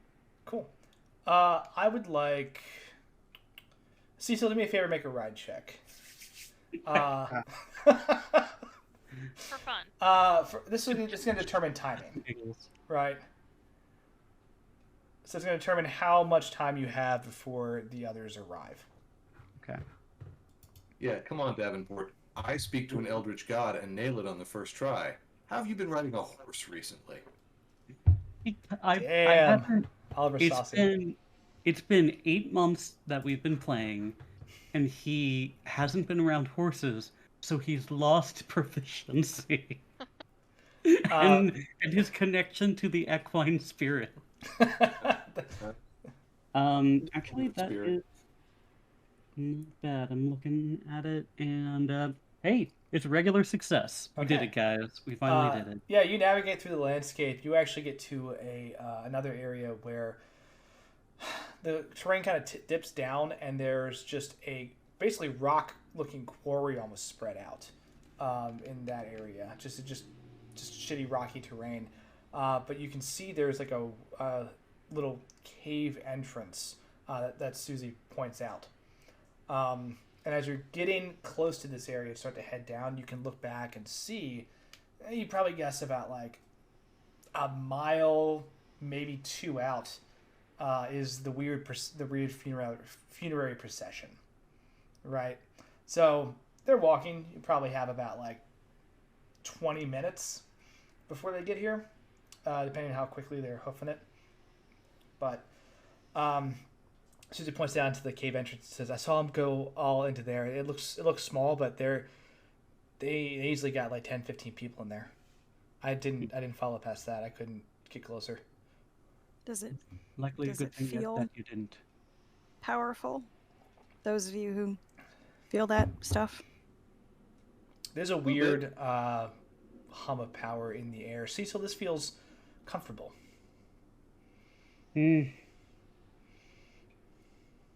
Yeah, I feel like I could build a home here, unfortunately. This is Yig's place. No. So like And you feel comfortable here now. Okay. I cognitively, I know that I shouldn't. What do you feel? Leaky. What does Sorry, Oliver feel? Do I get good vibes or bad vibes? Are there vibes? You feel power here, but there's no like intention behind Yeah. it. You can just feel the radiant power. Like you made a deal in exchange, you know. There is nothing malicious here for you. Maybe turn my friend into a future avatar of destruction. Who knows? Yeah, it's fine. So, Did anybody bring any dynamite by chance? I know we packed some, but Sorry, buddy. I think mine's back at the hotel. Susie holds up It's a the quarry. It's a quarry. There's gonna be dynamite. Susie holds up the bottle again. She had like this time it's full of like tractor fuel. She's like, I just in case. good I lass. got the one, but it's something. I love her. Susie, Maurice, I know this is your town. I know this is your fight, but it doesn't have to be. If you don't want to follow us down there are terrible things up and down there. But that's the source of power that we need to destroy, so it's up to you whether or not you'd like to follow us down into the hole. Please don't throw that while we're in there and other things are outside. Maurice kind of gives you a look and says, I'll keep an eye out and make sure you guys have warning. And at the same time, Susie says, y'all got an extra gun? I think I am like a... Just takes the revolver, like checks it pretty professionally to make sure like all the rounds are in there, snaps it shut, like just kind of puts it in like her overalls pocket, and says, "All right, you tell me what you want me to Molotov, and I'll do it. Let's go." Anything down there that looks odd. Now it's gonna sound weird, maybe not too weird. Snake people who look like snakes. Okay. Or anything snake oriented that looks ritualistic, like a Snake's snake. bad. Snake's bad. Check. Shoot snakes. Okay. Who's going first? As you like kind of approach down to the quarry. Actually, do me a favor and roll a. It would be spot hidden, wouldn't it? It would be. That's the roll. Roll spot hidden. Alternatively, you can roll. Yeah, spot hidden will work. Roll spot hidden. If anybody has track, they're welcome to roll that. Actually, if you have track, you can roll it at advantage. That's technically the correct skill for this. Oh man. Okay. So spot hidden. That can be a Joe rolled a 24, so maybe I don't need to. Is that a great success for you? Regular success for me, but I can mark this off finally. Yes. Cool. So I can do a great success if I burn a handful of luck. It will not be necessary for this one. Okay. All right. So then I'm gonna stay. Um, Regular success. it is. As you look around this quarry area and the way the rocks are stacked and everything, this was set this way, right? This is like a weird improvised built cave or like rock tunnel or like rock hut, something that goes further into this like cavernous area. As you look at the rocks Shall we call it a grotto? Sure, I like that. As you look at the rocks themselves, like some of them have been moved.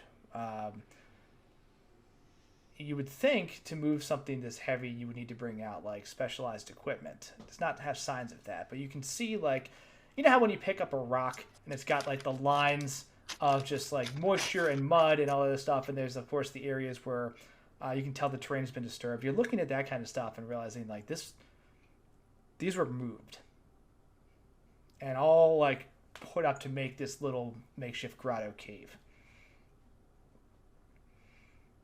And then you start thinking about like that manifest and that other weird stuff that could have been brought out here, and wondering like maybe that's where this ended up.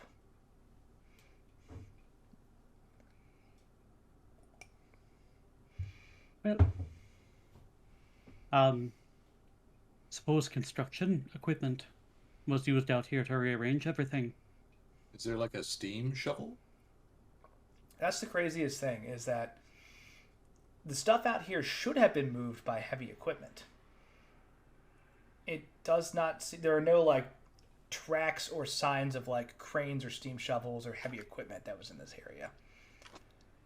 Things were clearly moved by someone very strong or someone with a lot of magic, potentially. Great. But no signs of like standard industrial. Do we sense Hendrix around?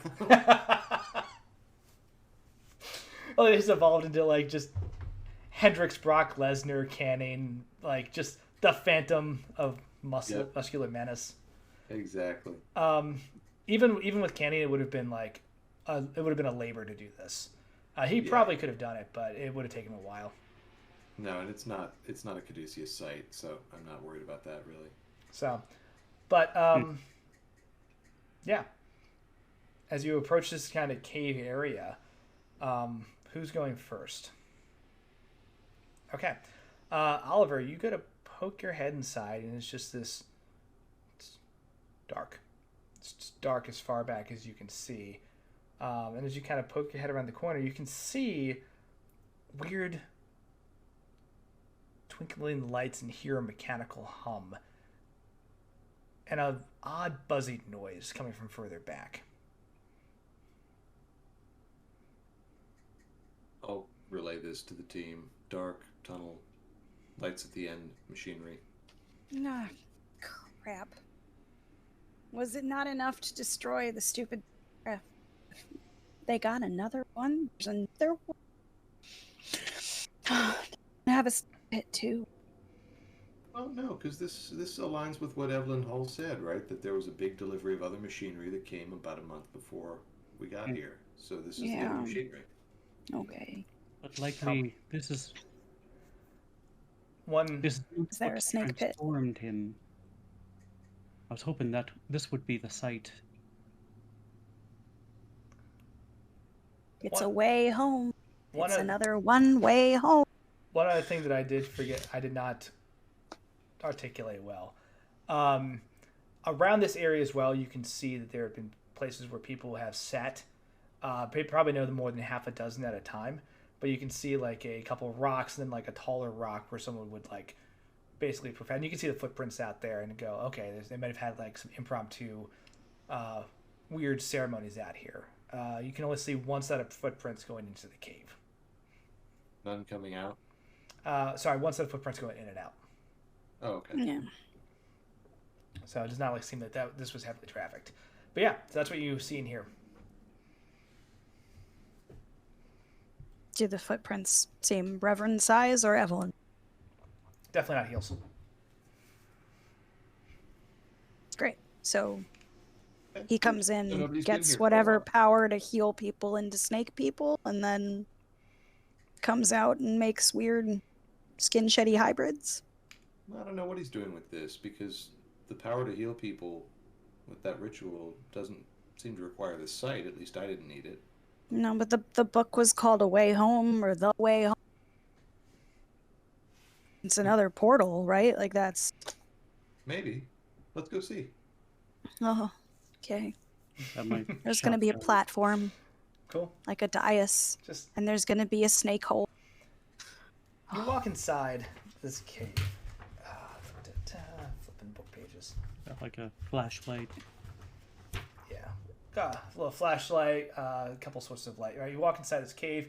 You head back. You head to the right. It curves around a bit, and it goes like almost circular curvature to it, which seems to make it so you can't quite just see what you want to see. And then you come through a main door, and the buzzing noise and the sound of electronics and humming gets louder, and you see a lot of weird shit right off the bat.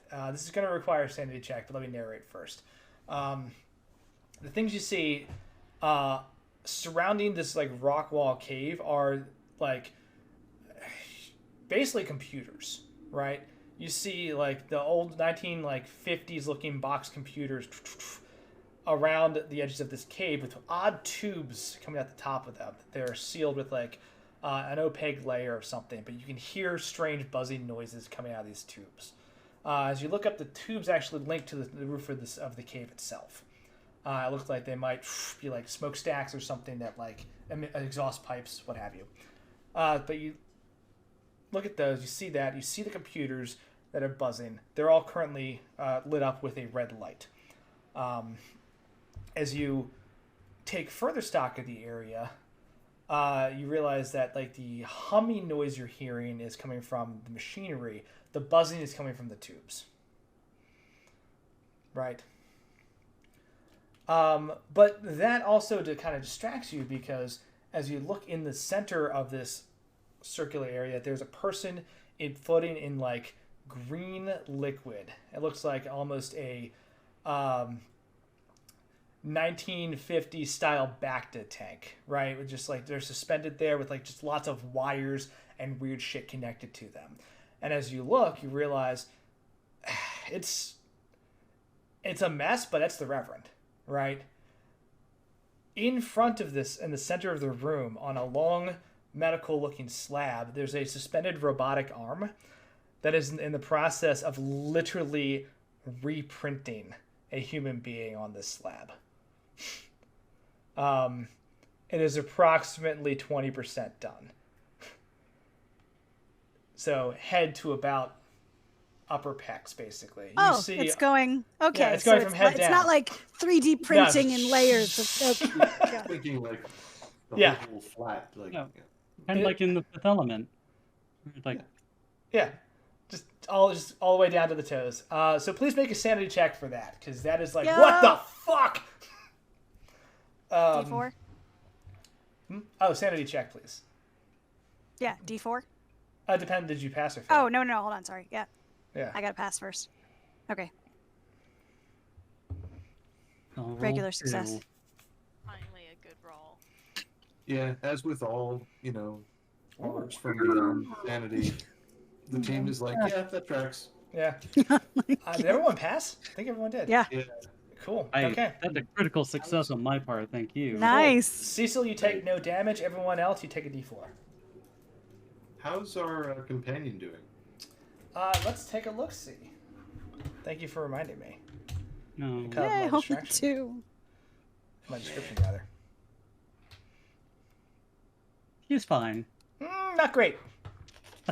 Not great.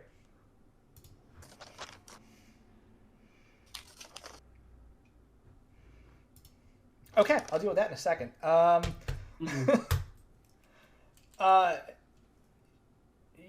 You hear... Oh, yeah. So that is what you see when you go inside. It's basically this, like, this Reverend being 3D printed out. And, like, these insane computers. And, of course, yeah, what do you do? As you're kind of just taking all this in. Is there anybody else here?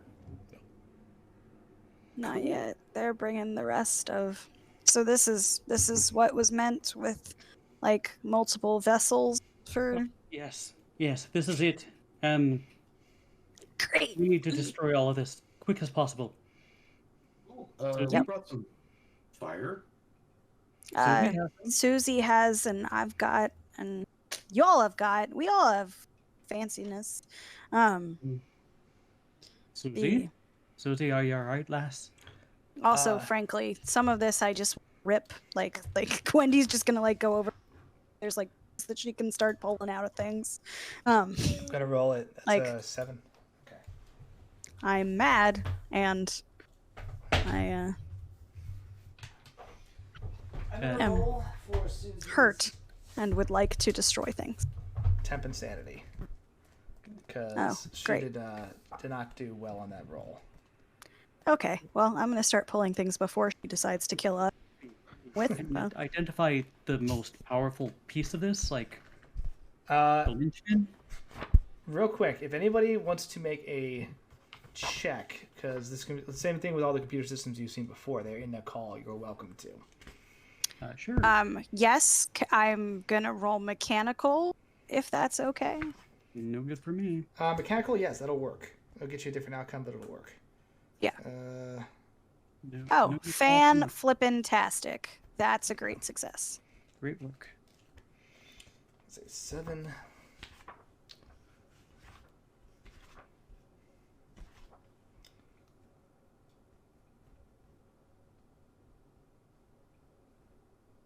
Okay.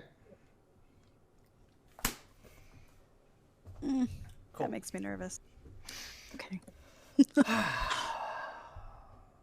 Great success on mechanical, by the way. Cool, thank you. Anybody else passing the call? No? Okay, cool. You look at the computers. You don't necessarily know what they do, but you know that the red light and green light is a open or shut valve. Basically, you can read that as, like, open or release. Gotcha. And you think Right. about the things that are the buzzing you hear in those weird cylindrical pipes, and Well, they That- need supply stuff for whatever. Hey, look! Red buttons! We should probably press those. Also, anything that you see that looks like a power cord, just start ripping. Have fun! Remember, they hurt me real bad. And, like, Me and me. Murphy, you ever wrestle a mechanical arm before? No, but I'm sure it can't be much different than a regular arm. You want to try pulling it off before it finishes whatever this is? Sure. okay. Murphy, go ahead and roll strength. Susie is like, I'll help you too. Holy shit. I'll rip that thing. Oh, world! Cool. Yeah, you go to like Look behind it, boy. you go up to like rip this thing off. Jesus Christ. Yeah. Susie's like, I'll give you a hand. Like it goes to move into position, doesn't even make it there. You I'll just give rip you this a entire hand, mechanical Zara. arm off, right? As you do that, the like Right. upper mount fourth that of on the wall in this. Alright. the upper fourth of the Reverend wakes up and like Oh, starts just screaming. you're as you not interrupt even this- real. As you Shut interrupt this up. print process. What's happening? Where am I? Oh my god, what is this? Where's my body? Put him to sleep. Okay, just sleep. And Susie's like there with you with the butt of the revolver, like ah! Not even shooting, just hitting a pistol. Just straight panicking. It's like, Jesus Christ, what the fuck? Like stomping out a cockroach. Okay. Yes. Cool. Yeah. So that they're taking care of that. That red button, Susie. Just hit all the red buttons. It'll be fine. And then we're gonna burn it after. Come on, honey. All right. Gonna fire, well, unless you want to resolve any mechanical checks. We did. The red buttons will release the stuff in the pipes, and as like Wendy's saying, anything that looks vaguely like a power cord, just rip the shit out of those. And yes. And then we're gonna burn it on the way out. So would you hurry up, please? We've only got like 15 minutes. Cecil tries to see if there's a power cord that goes to the Reverend's floating green clone. But you could base the release. I mean, like, I'm sorry. I'm assuming we're not gonna have. You cut out there. You cut out briefly. Sorry, the release buttons, like whatever is in the pipes, it's releasing what's in the pipes. So if the liquid is what needs to keep it going. To be clear, just so you're tracking this, there are exhaust pipes that come out of the tops of the computers. That's where the strange buzzing noise is coming from with the release. Yeah. The center of this is the strange Bacta tank that is not connected to those things, right? I take it back. Yeah. Still. You could just power smash cords. it and like start Just moving destroy. cards out, Yeah. right? Just cables out. Yeah, I smash. If I can find something to smash the Reverend clone tube, I can do that. If not, I will shotgun it. There are plenty of rocks around. You could just like grab a smaller rock and Reverend smash clone it in. tube. Great. Does he wake up in there? The liquid drains out, and the actual Reverend's eyes like kind of flutter open, and he looks at you, and just goes, "Do it, please." Yes. And he's like, he does like the cross, kind of shoots him. It's just done. Jesus Christ. Oh boy. So yeah, that happens. You start hitting all these exhaust switches. I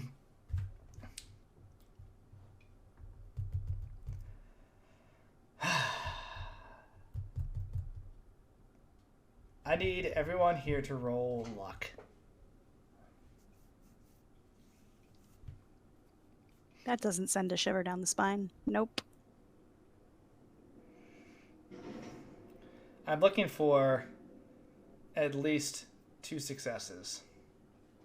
Oops. Success. I succeed. Success. Oh shit. Okay. Oh.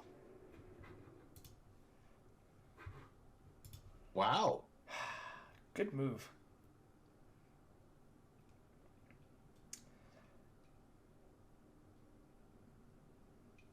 You start to release these buttons, right?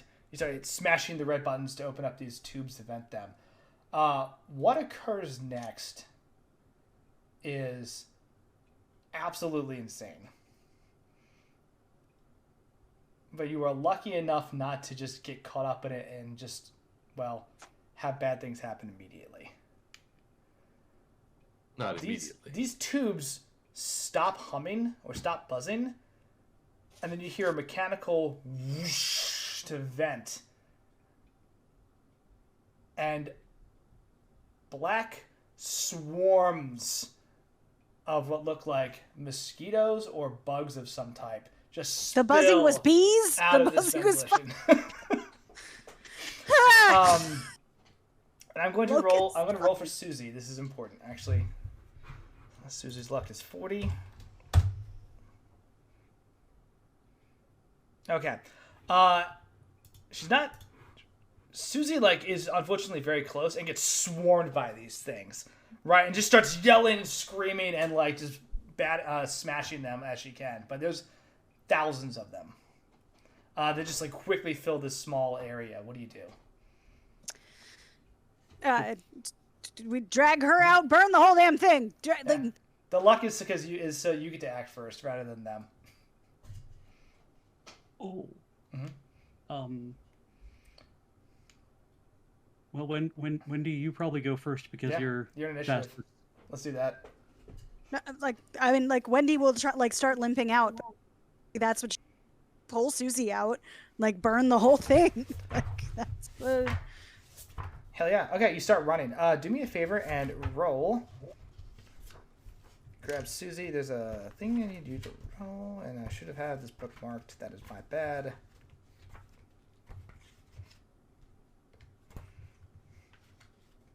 Unleash the, plagues of Egypt. It's because we told Evelyn to go there. I'm sorry, my.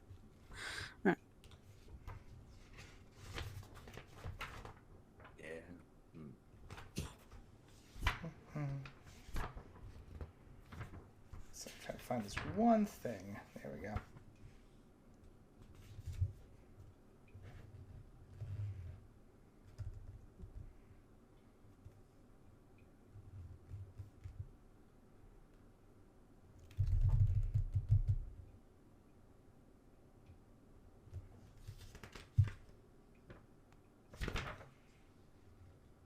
This should be very simple and straightforward. Where is it? There we go. There we go.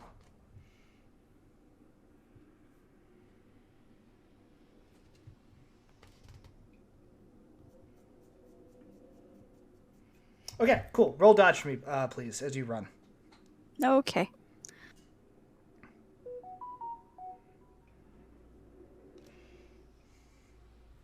Oh, okay.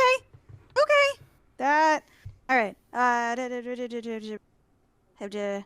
Is that an extreme success? That is no, because it's half your dex, so that's a great success Okay. for dodge. Cool. Yeah, you grab Susie and you start running out of this place, just like swatting at these insane mosquitoes as you go. You start to feel an immediate The effect for these things biting you, right? Roll con, please. And Oh, this will be God. half because Okay. you succeeded. Okay. But this is not normal. Okay. That is Okay, that's a success. success? Okay, Yeah, cool. that's a normal success. It's a normal success. Okay, as you were getting bit by these things, record this off your character sheet because these can come back. Yeah. You take 3 points of strength damage. And What one is that? and 1 point of intelligence damage.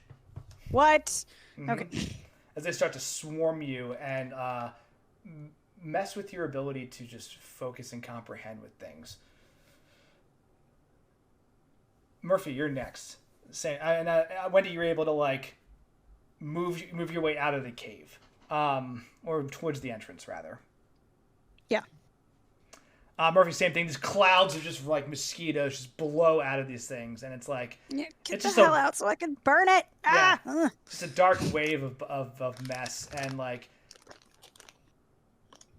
they're moving very well. There's a pattern to their movement. Anyway, Ah, what do you God do? damn it. Try not to get hit with them. I probably panic. Okay, Honestly. you're just like fuck, roll dodge, and just like nope out. Okay.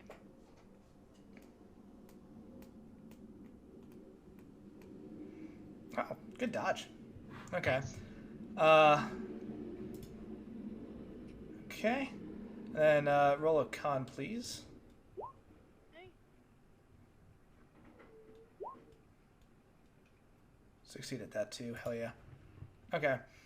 So you take 1 point of strength damage and 1 point of intelligence damage. As these things start to just like latch onto you and bite, you knock them off, but like it still has started to have an effect on you. Cecil. Yep. Cecil sees what is happening to everybody else. You said there's like a pattern to the way they're moving. Mm-hmm.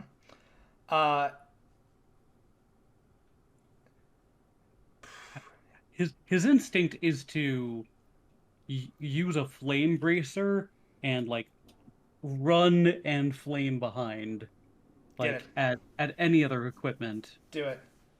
Okay. So, You want me to roll? What is it? Guns. Roll guns. I'll say an advantage because there's a big old room full of them. Let me see. Where's that? You can roll again.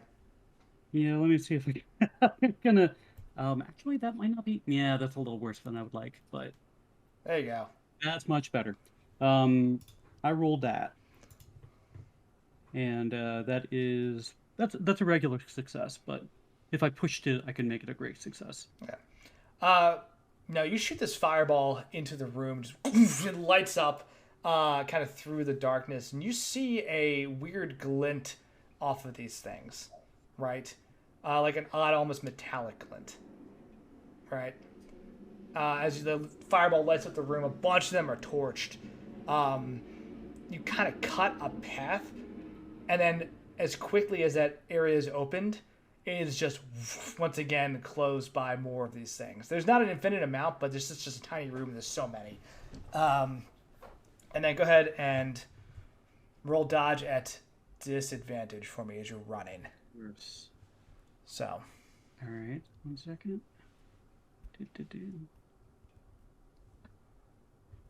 Okay, that's bad, It's not great. and that's bad. It's consistent. Oh.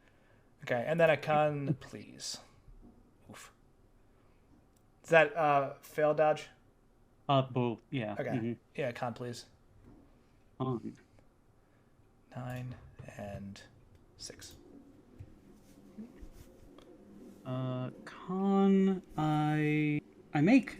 It's regular success. You take 9 points of strength damage, but 3 points of intelligence damage. As these things like still try to swarm at you as you're getting out of the area, but you've killed or disabled or destroyed or what have you a bunch of them, which is important because they could potentially get out. Oliver, you're up. So Oliver is going to start chanting in Arabic and use his telekinesis spell to force as much air down this channel that we've looped around as possible to try and push these things back and hem them in. Dope. All right, telekinesis, get it. Roll sanity and roll power. Sanity fails. Okay. Power Looks good. succeeds. Cool. Yeah, I think it's a D6 for sanity, but yeah, you channel that energy and push it down the hallway. Yeah. Hang on 1 second. Let me roll my D6. Okay, bink. That's not bad. Be all right. So as everyone kind of runs past you and like clears that lip of the area, like you manage to just create this barrier of just whooshing air that pushes all of these basically mosquitoes back into the main chamber. Susie, who's been pulled out with like Wendy, looks back and looks at Oliver, looks at Wendy, looks at Cecil, just like is straight up just panicked. Sees like a little bit of flame still like jetting out of your bracer, lights the Molotov off of it, and just chucks it back into the room. Nice. And it's like, what the is this? No, but Right. but good, well done. Yeah. I'm gonna roll Calm, for. Susie. Thank you. I'm gonna roll for her dodge at disadvantage. Oh no, actually, she's in a safer place. So, the room kind of just ignites and then is bolstered by the actual boost of air as a lot of these mosquitoes are just torched away. You can still hear buzzing. There's still a few more you'd have to mop up, but you are all in a safe place as long as Oliver can maintain this wind. What do you do as to finish this? If you had to estimate, like, of the initial room, there's probably like less than half, maybe a third of the mosquitoes still flying around. They've been torched and lit on fire and all sorts of stuff. I mean, would more fire help? Yeah, I was gonna say, I was like, more Um, fire is kind of my. So Cecil turns to Let's do to this. Wendy. He's like, Wendy, this is your chance. Let's do this. You have succeeded in. Oliver, give me another sanity check as you like maintain this power. Or sorry, another power check, please, as you maintain this spell. And if you are successful, we will cutscene this because you have the materials. Yeah. So Oliver holds this in place. What do you all do to just destroy the rest of this mass? Good. Feel free to narrate. There's no checks. So I can pump some more MP into this to force it to become a pressure vessel, so that we're essentially shooting fire into the swirling hot air and have it kind of autoclave. That's dope as hell. I'm not even going to cost MP for that one. Like, yeah, you can just start to condense. Yeah. Or like What shape happens them. Yeah. Yeah. Yeah. Get them going. And then Wendy's going to kind of like, gesture to Cecil to get like on like two sides of, so we can kind of get like, any that would attempt to like escape the swirl that way would get hit by his, and any that would go this way will get hit by hers. So like sort of on each side of like the cave entrance or the tunnel entrance to Yeah. And that's this Murphy. Cross the streams. Murphy, what do you got? Yeah, I'm gonna try and join in and help as I can. I mean, I don't know. Is there anything I can destroy with my fists? You have a shooty snake? Yeah, I thought everybody had a bracelet. Yeah. Do I have that since I have my gloves? Can those work? Oh, you might not have one. I think how this breaks down is like Oliver, you create like this this pocket of condensed air, right, and kind of crush all these mosquitoes into this small area. Wendy and Cecil just light them up with the fire from these snake bracelets, and like as like they're hissing and popping and everything is just like falling apart. Murphy with like the final move comes in and just like dumps one of these like large mainframe computers on the entire thing, just like fuck it, and it smashes everything down. And then there's just like a silence just throughout the cave, as you're all just like, holy shit. Let's get the hell out of here. As you Get out of here. Back on those horses. Yeah, you turn around. Your luck checks were very good, so you jump onto the horses, and I think you clear the area. Right, I think you just ride literally out of town towards that main road that Maurice described. You really wanted to go to that road. And just, well, I mean, it's either that or back into town, right? And who the hell wants to wait for the train? But, you get away just as you see, like, the sheriff and everyone else pulling up. We'll kind of go to cutscene mode. They pull up, and, like, they go to take the Reverend off of the top of the roof, and, like, the body, as they go to pick it up, just turns into this odd just dust and floats away. No longer having that life-sustaining magic there. And all of them just really him. look around confused, and some of them are like, it's a miracle, and some of them are like, what happened here? Right? Yep, miracle. Like the Totally spell that. is broken Yep. on them, or they just don't know. Oh shoot, you sent me a message earlier. Sorry, I'll get to that. It seems like the spell is broken on the Reverend. Whatever people will draw its conclusions are up to them, but the magic here is broken. As you go from town to town and like slowly work your way away from this shithouse of a situation, right, and back towards New York City. Hooray! Oh, okay. Well,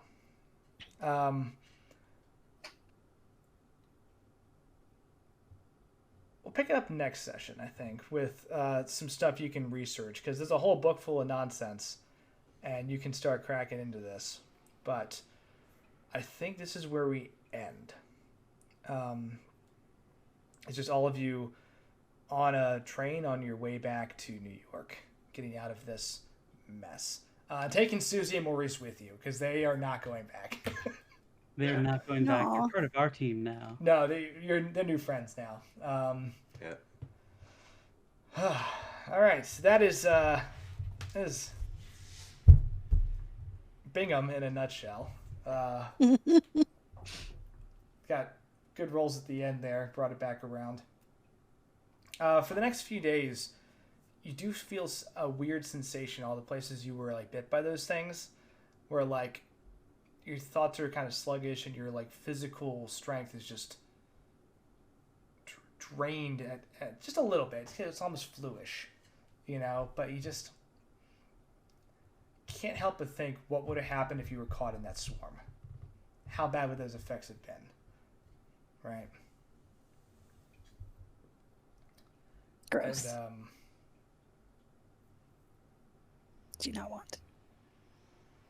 it's terrifying that, if you believe Evelyn, that stuff came from Caduceus.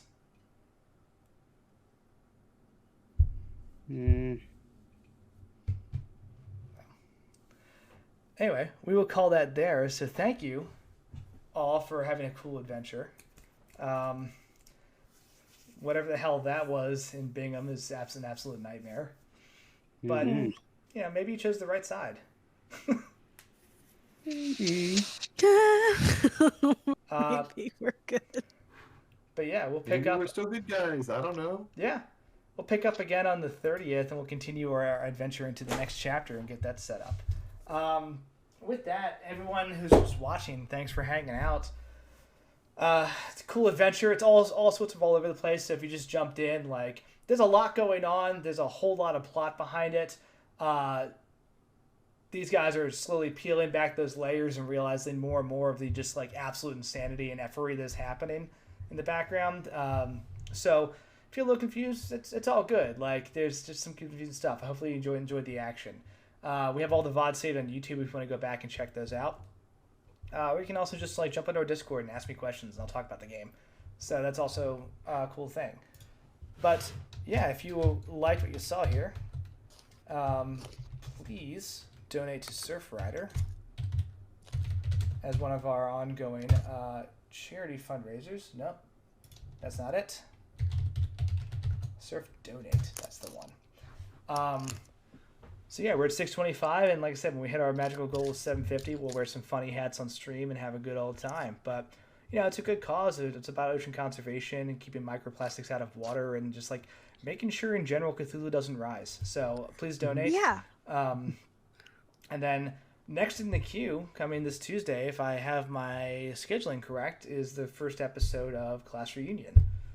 So This is exciting. Will's Yes. 5th ed D&D game, so I'm excited to see how that kicks off, and it's going to be very, very cool. And then with that said, if you want to hang out with us, jump into the Discord, like I mentioned. Discord, spelling counts. And we're always in there just kind of vibing, sharing memes, bullshitting, doing whatever. And you can follow us on Twitter at Live from the APOC, because we were out of words or letters. But outside of that, Give me yeah. Character limit. Character limit, yeah. Anybody else have anything they want to throw out there, plug, add, talk about, thoughts, feelings? Snowing out, so that's kind of cool. Yeah. That's funny. Snowing where we are on the East Coast. Yeah, so for some people it's snowing. It's not. We had a tsunami warning today. That was a thing that happened. But Yes, yeah. plus Right. good. Sorry, Tonga. Like actually, sorry, Tonga. I'm not being sarcastic about that one. Like craziness, that's right. visible from space. But the tsunami that reached Los Angeles, like splish. So yeah. Right. Oof. Yeah. Okay, well, what I'm going to do is don't go anywhere just yet. I'm going to pull up another But channel. not snowing. Oops. I've made a mess is what I've done. Well, don't go anywhere. I am going to open up one of these links. Oh man, yeah. What have I done? What madness has occurred here? Yeah, I join Discord. Tell us what it's like where you are if you did experience sloshiness from tsunami. I heard Santa Cruz. Go ahead. That's sloshy. Or if it's snowing where you are. Or if it's not and you're having a better weather day than the rest of us. Does tsunami count as weather? Tsunami doesn't count as. Weather. On the Yeah. Weather Volcanoes are Channel. weather. It's a weather pattern for sure. They Sure. have a little icon for tsunami. Yeah. Count. I got it. I got a warning. Yeah, you know. You Went can beep, also beep. get on the Discord and make predictions on where this might go. Mm-hmm. Will the professor practice more dark magic? Will Kelly like smash a thing? Will Wendy set something else on fire? Will I turn into a snake person? Some You of can these make are pretty all much these guaranteed. predictions and more. Hell yeah. Or tell us what you would have done differently. Always interested That's to hear right. your thoughts. Being on the other side of things and knowing what's right. Yeah, you know. Some of you were yelling at the TV this whole time, being like, "No, don't do that." Yeah. We want to hear. We want to hear it. Tell us what the right thing was. I appreciate it. Yeah, please jump in, join the conversation, follow the channel, jump on Twitter. Like, if you can donate, cool. If not, just join the community and hang out. If nobody else has anything, I'm going to do a raid on -2 charisma right now because they're playing Dungeons and Dragons. So Nice. Let's see what they're doing. Let's do it. So if you have time to hang out and fun, like just throw them a follow and just enjoy some of their content, that'd be awesome. Anybody parting shots? Last chance. Welcome back to, Two-Headed Yeah. Serpent, and we missed you, and we love you, and bye. Yeah. Thanks for that. Thanks for having us. We'll see you in 2 weeks. Have a great night. Thanks.